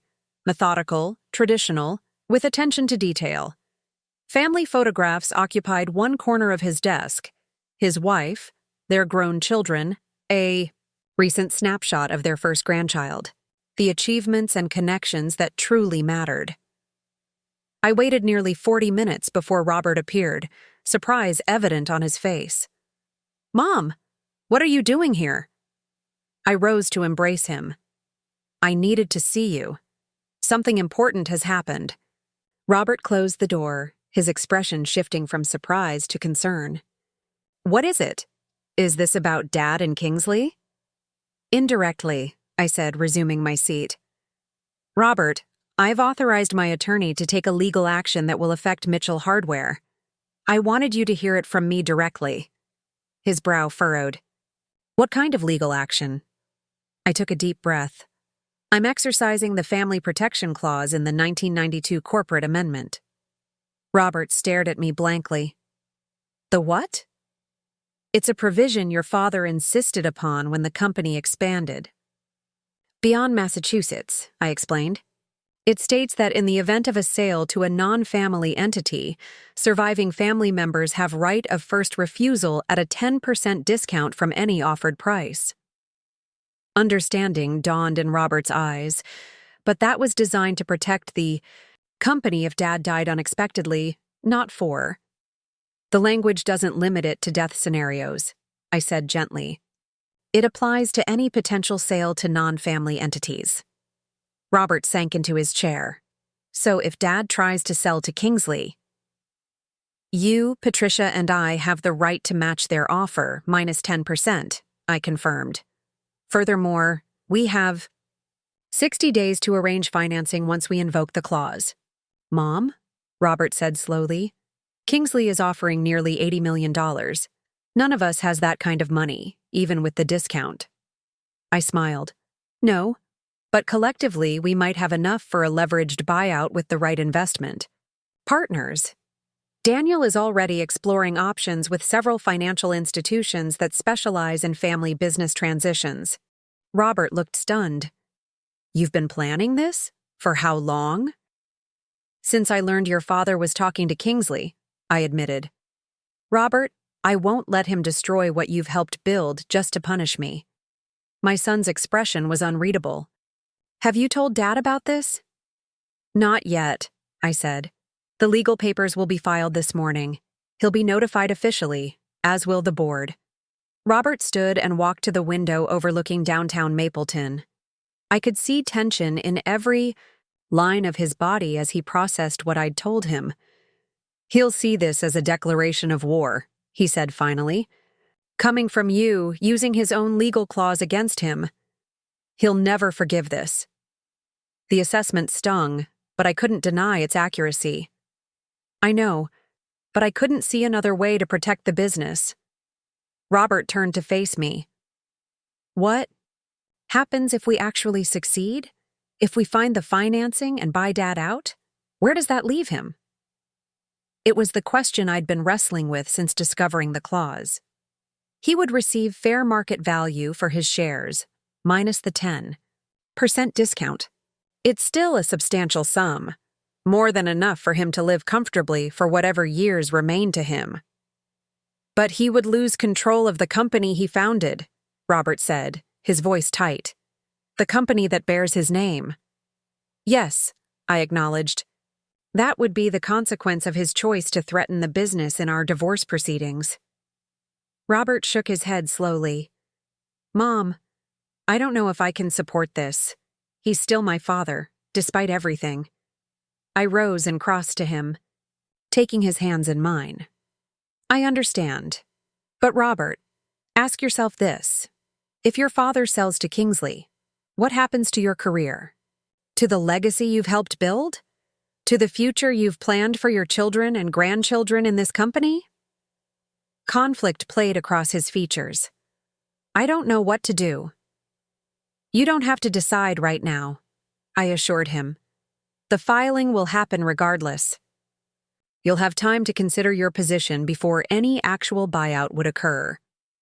As I left Mitchell Hardware headquarters, I felt a complex mix of emotions. Determination? Yes. Satisfaction at having found a potential solution, certainly. But also a profound sadness that it had come to this, using legal maneuverings against the man I had loved for 65 years. That afternoon, my phone rang incessantly. First Daniel, confirming the paperwork had been filed. Then Patricia, alternately concerned and impressed by the strategy. Grace, who had heard whispers of something big happening at Mitchell Hardware. Martha, offering her unequivocal support. I let most calls go to the answering machine, needing time to prepare for the one call I knew would eventually come. When it did, just after 5 o'clock, Walter didn't bother with pleasantries. The family protection clause? He said, his voice vibrating with barely controlled fury. That's your play, Eleanor? Using my own corporate safeguard against me? It seems appropriate, I replied, keeping my voice level. You created that clause to protect the business from outside threats. That's exactly how I'm using it now. I am not an outside threat, Walter snapped. I built that company. My name is on the building, for God's sake. And yet you were willing to sell it to Kingsley to gain leverage in our divorce, I pointed out. How is that protecting your legacy? Walter's breath came harshly through the line. You've crossed a line, Ellie. This isn't just about our marriage anymore. This is sabotage. No, Walter, I corrected. This is consequences. You escalated our private dispute by threatening the business. I found a way to protect it, that's all. Protected it? he repeated incredulously. You've created total chaos. The board is in an uproar. Robert is caught in an impossible position. And for what? To prove you can beat me at my own game? The accusation echoed his earlier one, that I was pursuing this out of some desire for control or vengeance. But it wasn't true, or at least not entirely true. I did this because it was necessary, I said firmly. Because you left me no alternative when you decided to use Mitchell Hardware as a bargaining chip. There were always alternatives, Walter countered. Reasonable settlement discussions, mediation, compromise. You rejected them all in favor of this corporate coup. His characterization stung because it contained a kernel of truth. I had rejected compromise, had insisted on enforcing the prenuptial agreement to the letter. Had I been too rigid? Too focused on principle at the expense of practical resolution? Perhaps, I conceded. But your threat to sell to Kingsley eliminated any middle ground. You forced this outcome, Walter, not me. The silence that followed was heavy with 65 years of shared history, now fractured beyond recognition. What happens now? Walter finally asked, his voice suddenly sounding every one of his 87 years. The legal process continues, I said. Both the prenuptial enforcement and the family protection clause invocation. Unless what? Walter prompted when I didn't immediately continue. I hesitated, then plunged ahead. Unless we find another solution. One that protects the business for the family while providing for both of us appropriately. Walter laughed bitterly.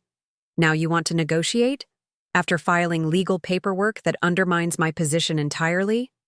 I want to resolve this, Walter, I said honestly, in a way that doesn't destroy everything we both value. There was a long pause. I'll have Andrew call Daniel, Walter said finally. But Ellie, don't mistake this for surrender. You've won this skirmish, but the war is far from over. War. Such a terrible word for what our 65-year marriage had become. After Walter hung up, I stood alone in my kitchen, wondering if I had just achieved a strategic victory or made an irrevocable mistake. The family protection clause provided a path to saving Mitchell Hardware from Kingsley, yes, but at what cost to the already strained relationships within our family? The doorbell interrupted my thoughts. When I opened it, I found Robert on the porch, his expression troubled. May I come in? He asked formally, as if he were a visitor rather than the son who had grown up in this house. I stepped aside, heart heavy at the distance between us. Of course. Robert entered but remained standing in the foyer, too agitated to sit. I just came from Dad's condo. He's furious about the legal filing. I imagine he is, I said, leading the way to the living room despite Robert's reluctance to move further into the house. I spoke with him briefly. Mom, Robert said, finally sitting on the edge of the sofa, do you understand what you've done? The position you've put me in? I sat across from him. I understand it's complicated. You're caught between your parents in a situation neither of you created. Complicated doesn't begin to cover it, Robert replied, running a hand through his hair in a gesture so like his father's that my heart contracted.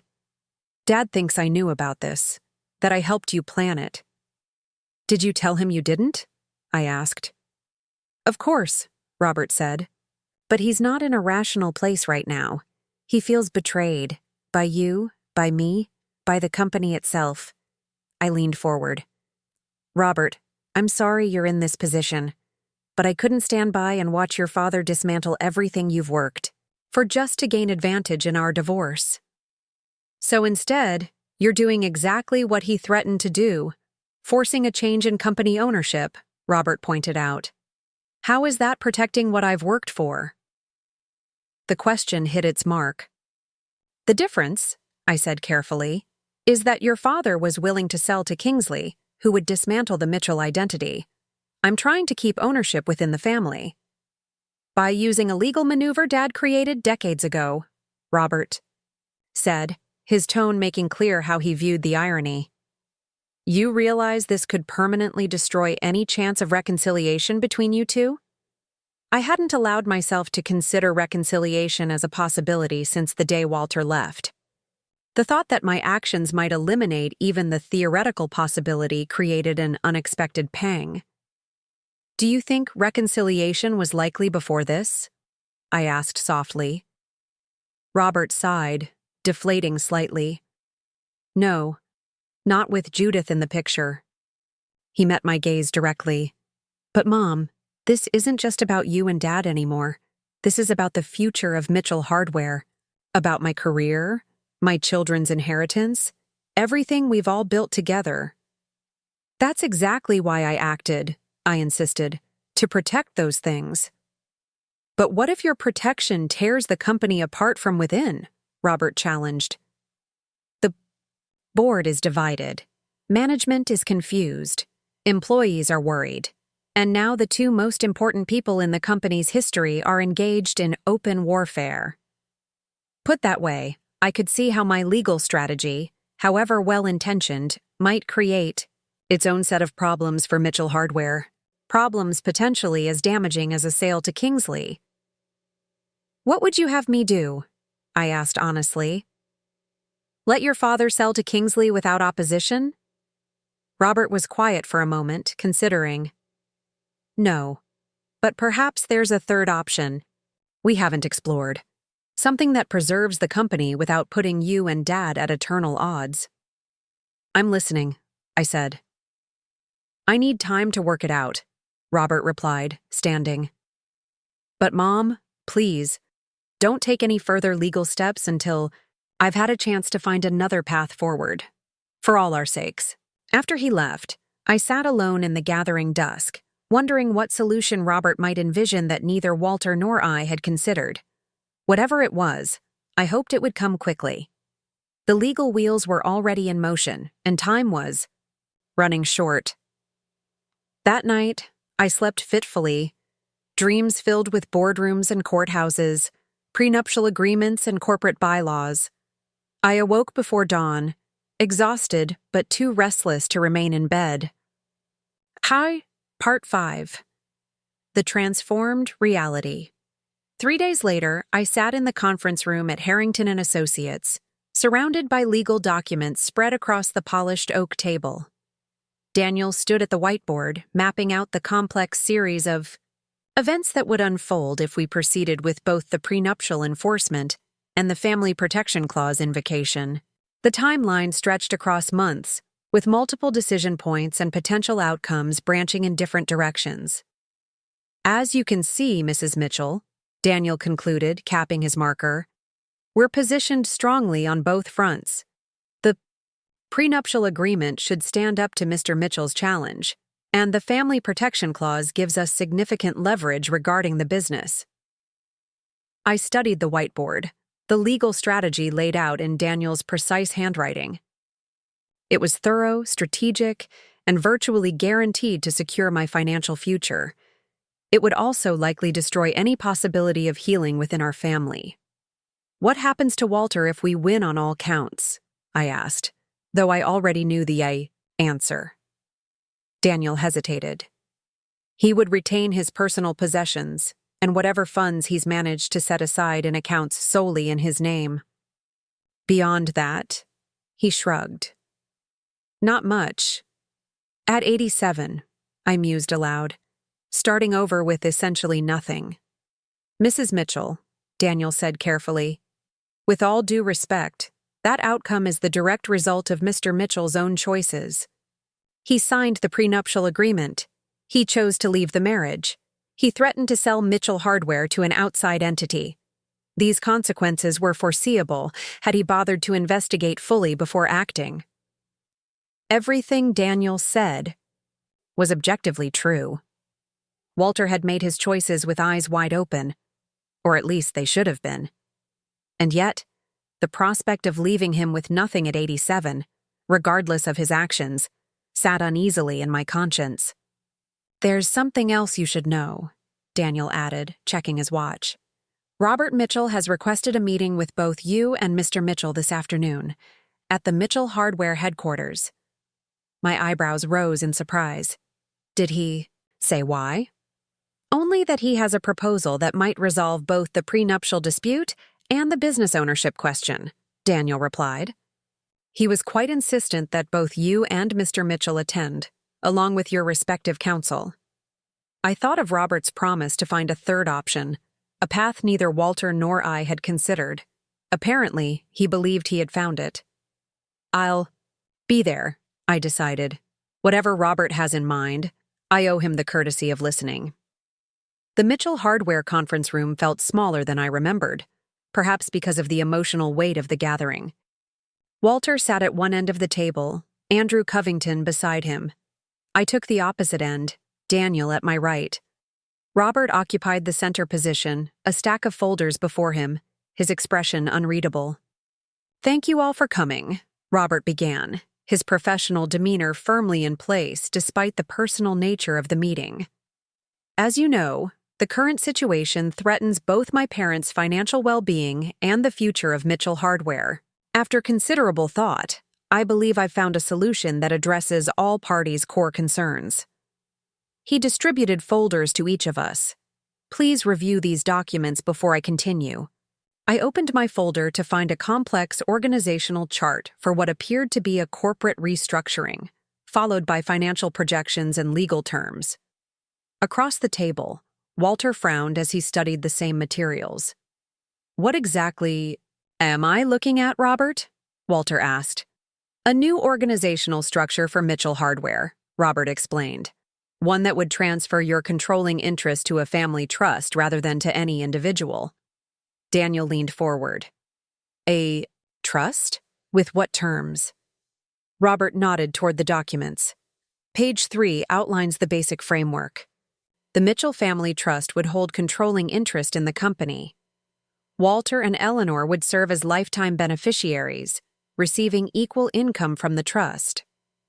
Upon their deaths, the benefits would transfer to a broader family group, their children, grandchildren, and future descendants. I flipped to page 3, scanning the outlined terms. And governance? Who would control business decisions? A board of trustees, Robert replied. 5 members, Walter, Eleanor, myself, Patricia, and an independent trustee with business experience, selected by mutual agreement. Walter scoffed. So I'd lose control of my company and be outvoted on every decision? Not necessarily, Robert countered.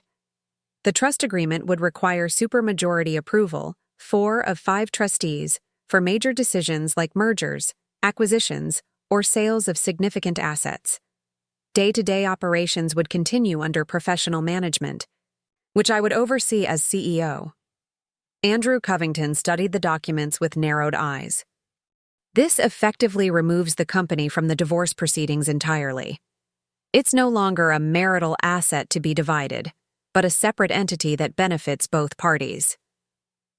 Exactly, Robert confirmed. Neither party could sell their interest, or remove the other from the benefit structure. Daniel leaned toward me. Mrs. Mitchell, this arrangement would provide you with ongoing income from the business, but would supersede the prenuptial agreement's provisions regarding Mitchell Hardware. Shares specifically, I considered the implications. And other assets? The house? Investments? Retirement accounts? Those would still be subject to the prenuptial agreement's terms, Robert explained. This proposal only addresses Mitchell Hardware specifically. Walter closed his folder with a decisive snap. Why would I agree to this? I'd be surrendering control of my life's work. Robert met his father's gaze steadily. Because the alternative is worse, Dad. If you proceed with selling to Kingsley, we'll invoke the Family Protection Clause. If Mom proceeds with full prenuptial enforcement, you'll lose ownership anyway. His voice softened. This way, your legacy remains intact. The Mitchell name stays on the business. Your grandchildren and their children will benefit from what you built. And you'll have ongoing income and involvement for the rest of your life. The room fell silent as Walter absorbed his son's words. I watched emotions play across his face: anger, resentment, calculation, and finally, a reluctant recognition. "And you, Ellie?" Walter asked, turning to me.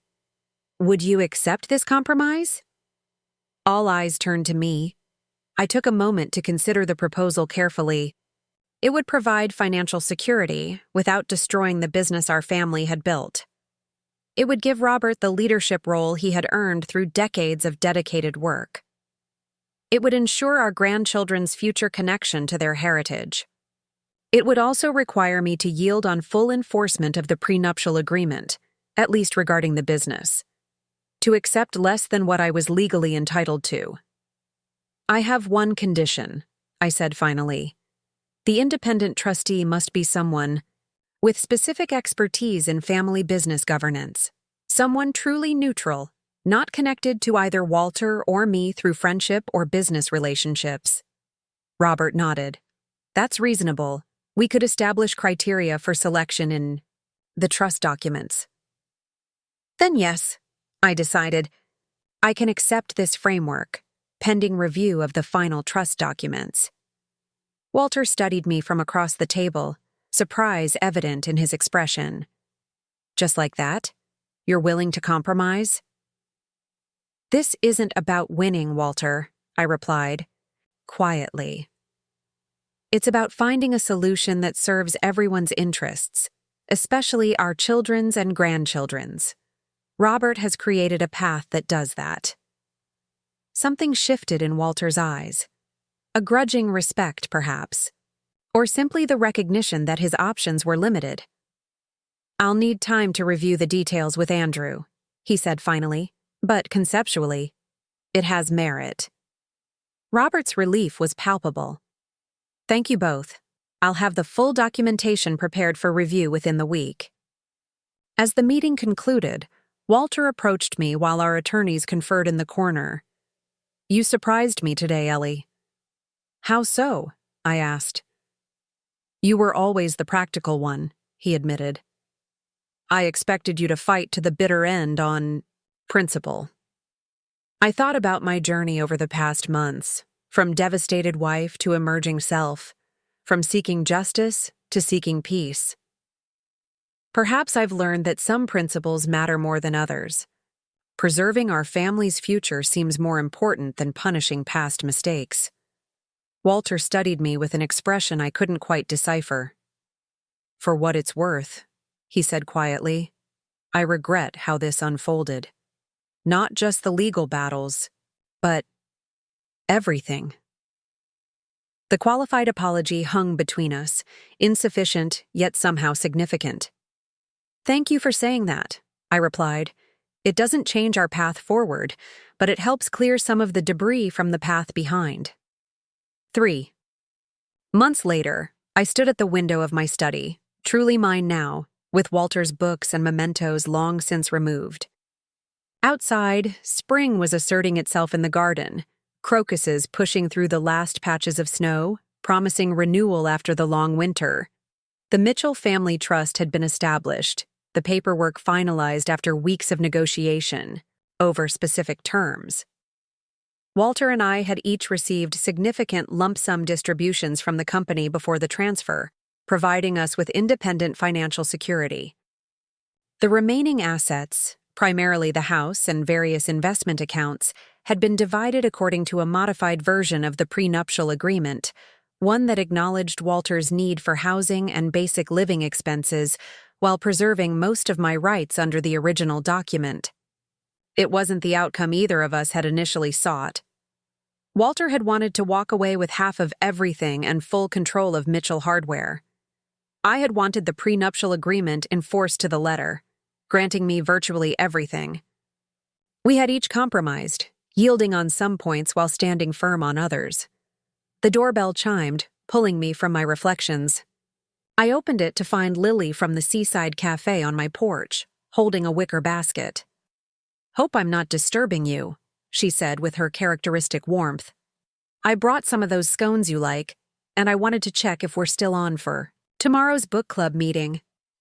I invited her in, touched by the thoughtful gesture. My weekend shifts at the cafe had evolved into a genuine friendship with Lily, one entirely separate from my identity as Walter Mitchell's wife or even as the mother of Robert and Patricia.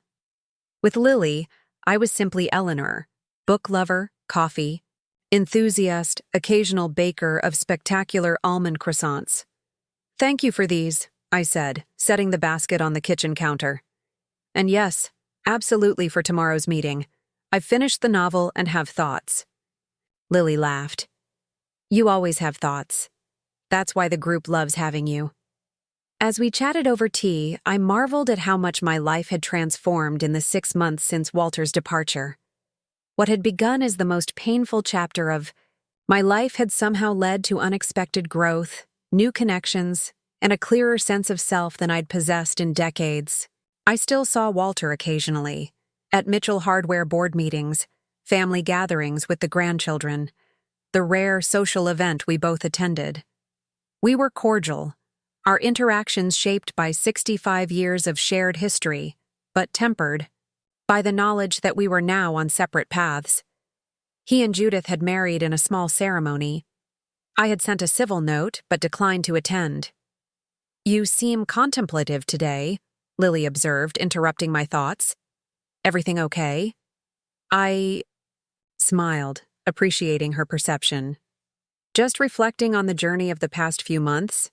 If someone had told me last year that Walter would leave and I would end up working in a cafe, joining a book club, and negotiating a complex business restructuring, I would have thought they were delusional. Life rarely follows the scripts.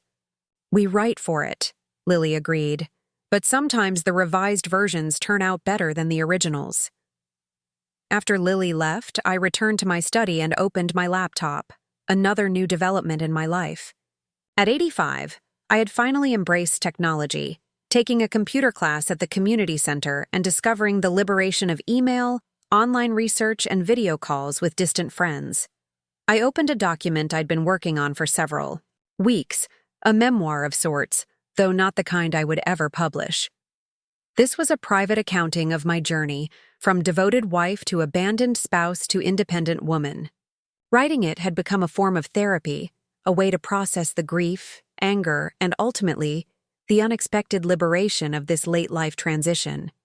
Today I would add another entry, marking the final resolution of the legal matters that had consumed so much energy.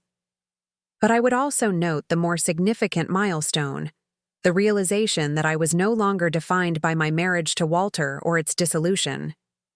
At 85, I had discovered that identity isn't fixed. That strength comes in, forms beyond endurance. That independence, once feared, could become the foundation for a life more authentic than the one I had lived for 65 years as Walter's wife. The prenuptial agreement that had seemed so central to my future had ultimately become just one element in a more complex resolution.